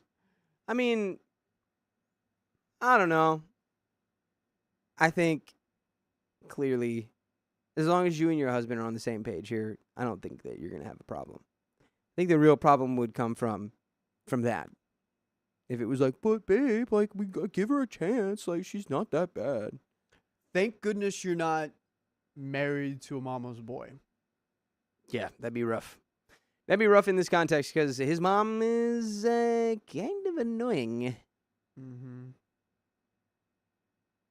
Dude, all the sad stories we read where those poor women are married to the mama's boys. Yeah, they're just like, babe, you don't get it. Like, I just have to do whatever she says or else she gets mad. What happens if my mommy mad at me? I'll go to my room, no dinner, no video games. Mommy mad. No dinner? Yikes. All right, anyways. Update. I posted here previously about my issues with my mother-in-law, and I wanted to share a quick update and ask for advice. Dude, here we are, dude. We're here. I didn't know when I last posted, but I'm actually pregnant. Oh, baby. She did it. They didn't pull You out. did the thing. It's very early, so please take everything with a grain of salt. That said, this has shifted a lot of our thinking around boundaries and family dynamics. One important thing I want to make clear. My husband has been incredible. He is supportive, attentive, fully on board, and is 100% aligned with me. Which is the first step with this stuff, which, you know what? I got to take a moment. We're That's there, amazing. dude. We're there. We're there. We won already. This is what people wish for and want and pray for, and we got it. Being on the same team, baby. He's already prepared scripts and statements so his mom can't catch him off guard, Fully prepared. and he's ready to enforce boundaries as needed. I genuinely feel like we're a team in this, and he is fully prepared to become her primary point of contact. So her access to me will be extremely limited. He is also prepared to make that clear. Because of past behaviors, we are not planning to tell my mother-in-law about the pregnancy till around 20 to 24 weeks. Yeah. Probably makes sense because if you told her immediately, she would be all up in your business perpetually. Nonstop. Being like, you should do this. Did you do that? What is that? What is this? Let me come. Let me touch your tummy. Let me see this. Let me get my ultrasound machine. Let me do the ultrasound. I'll do the ultrasound. Tell the technician I'll do it. Honestly. Yeah. I brought my own cream. I brought my own jelly. I made it at home. The main reason we plan to tell her at all is because we would like to have a baby shower, and avoiding her indefinitely feels unrealistic for us. Otherwise, we are keeping this very private and low-key for our own peace. We are not even sharing our due date or how far along I am with her. And we will make it clear visits are not welcome unless invited when the time comes. And your time to come to our favorite... You got it. And your time to come to your favorite podcast platform. Well, maybe we is don't have now. it actually. Maybe we run that one back one more time. Come right now to Apple Podcasts, iHeartRadio, or Spotify and listen to us as you do whatever. Just search up OK Storytime. As you do whatever it is you want to do. Come as you are. We can't stop you, but I wouldn't encourage it. We can't stop you. We can help you. We've helped a few people. Let us know if we've helped you before. Anyways, I'm posting because I'd really love to hear from others who've navigated pregnancy, postpartum, and parenting with a difficult or boundary challenged mother-in-law. Nah, we don't not none of that here, man. What boundaries worked for you? What do you wish you had done earlier? How did you protect your mental health during pregnancy and after birth? What conversation or rules were non-negotiables for you? Like I said, my husband already has scripts ready, and I'm happy to share those if helpful, if anyone wants to give feedback. We are also fully prepared to go no contact if, realistically, when she crosses a line. Right now, I'm mostly looking for lived experiences, lessons learned, and any advice from people who have been there. All right. And that ain't us. Yeah, but we might have some comments. Comment 1 says, OP, in your last post, your mother-in-law told you to chop off your front airbags off if you wanted a vacation like hers. I keep wondering why she said that and how your spouse responded to that statement. OP says that's an excellent question. She had a double Mastectomy. She had a double Mastectomy. as a Preventative. measure for stage 1 front airbag cancer. Very slow Mestasis. source, but Score. but her Meta- choice ultimately. Her place of work gifted her a free vacation as a recovery present. Okay. Maybe the mother-in-law could have been like, you should just work here then. Yeah, no, there was any other way to say it. She did it in the way where it's like, yeah, well, I had cancer, you heartless monster. So I hope you get all the freakations in the world. I was trying to get her on a positive conversation path. She could be pretty negative at times and was really hyping up the vacation. even when saying, "I'm so jealous," which is what made her tell me to chop off my front airbags. I responded by saying, "You experienced a very unique situation." And my husband went, "Ha! You have to be nice we have to be nice talking to you." No, we have to go. Huh, we have to go. We Nice have talking to you. not talked to her since, but she did text me asking if her and I could have a but she did ask if her and I could have a once a week phone call like we talked about. We never talked about it. So I told her I can stay close and connected because my husband calls her every few months, and I think she sees me as a way to be closer to him.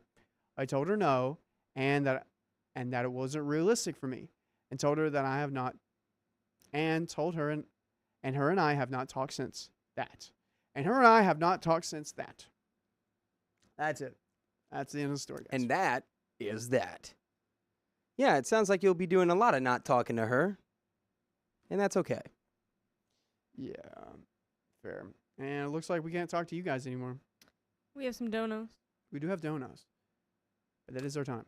Carly, not the one behind the computer, but the one that sent $5. Thank you. I'm sure y'all don't remember about my accident that left me in a wheelchair.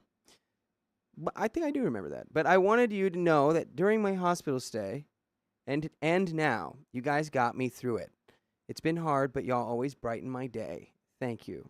Oh, I remember.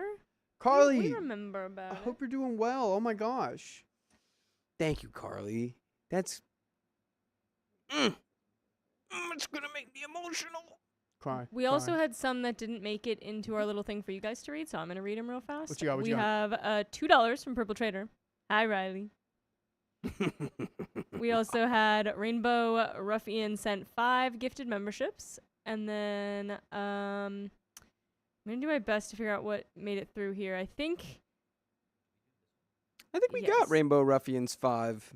we might have. We missed a couple. And then we got 5 from Shawnee OP, so it is Angie's jacket. And we have a membership from Yes. Kelsey Jade for 16 months. Dang, 16 months already. And it feels just like home every day when I watch, especially since I've been having a terrible week, and I don't know why. Love you all with a heart. Dude, sometimes the week just hits you wrong. Hits you in the balls. But I'm glad that you're here. Glad we could be here for you. Me too. Sometimes the week... But we can't be here for you right now. We have to leave. We have We have to call somebody. Sometimes Oh, the we're week calling someone? ain't built for the You wanna meek. do it, Riley? You got it, Keon. Nah. How about we do it together? Yay! Keon. Teamwork! Someone do it. Come on over here. You got it, Keon. Bum, ba, bum, bum, We're going to call bum, someone. bum, The bum, $100 bum. giveaway. I was watching a clip that Belton sent me, and it's very funny watching you do this. That? Yeah. Why? Because you said, I wish Keon were here. Yeah, I do.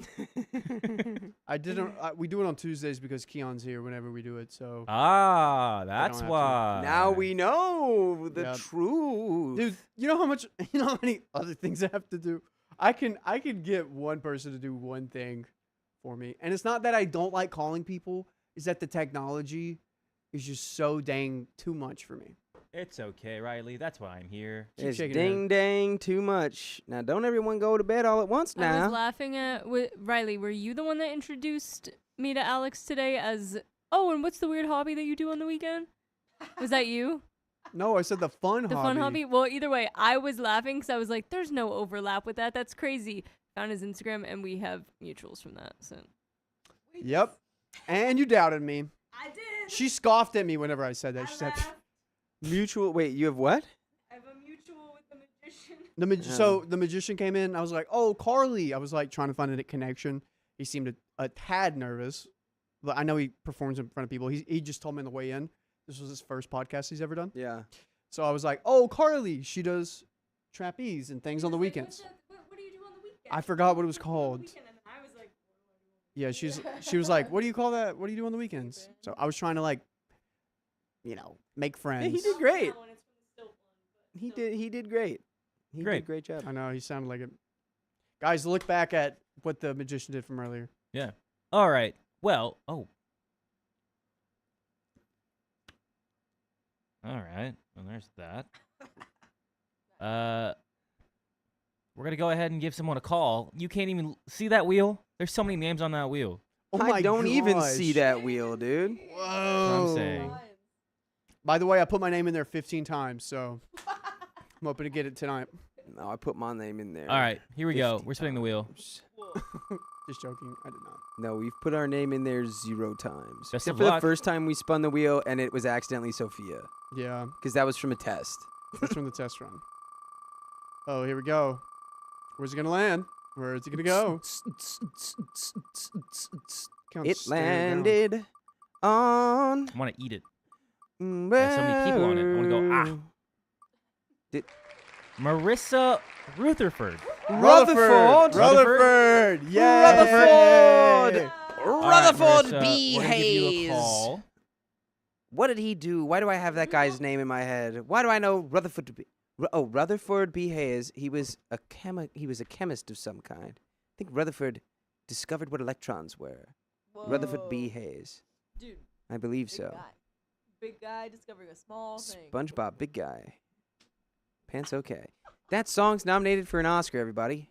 Really? Ice Spice is nominated for an Oscar Best Original Song. What is it? It's not. What? There's nothing original about is it Big that. from? guy. It's from the SpongeBob movie that came out. And Wicked didn't get nominated. for Zero it? nominations. No, it did not. Wow. All right, That's good. we're gonna try and see if this works. Let's go, Marissa. Let's do it. Let's hopefully. Marissa Rutherford. Marissa, All right, Marissa. Rutherford. Hopefully you're awake.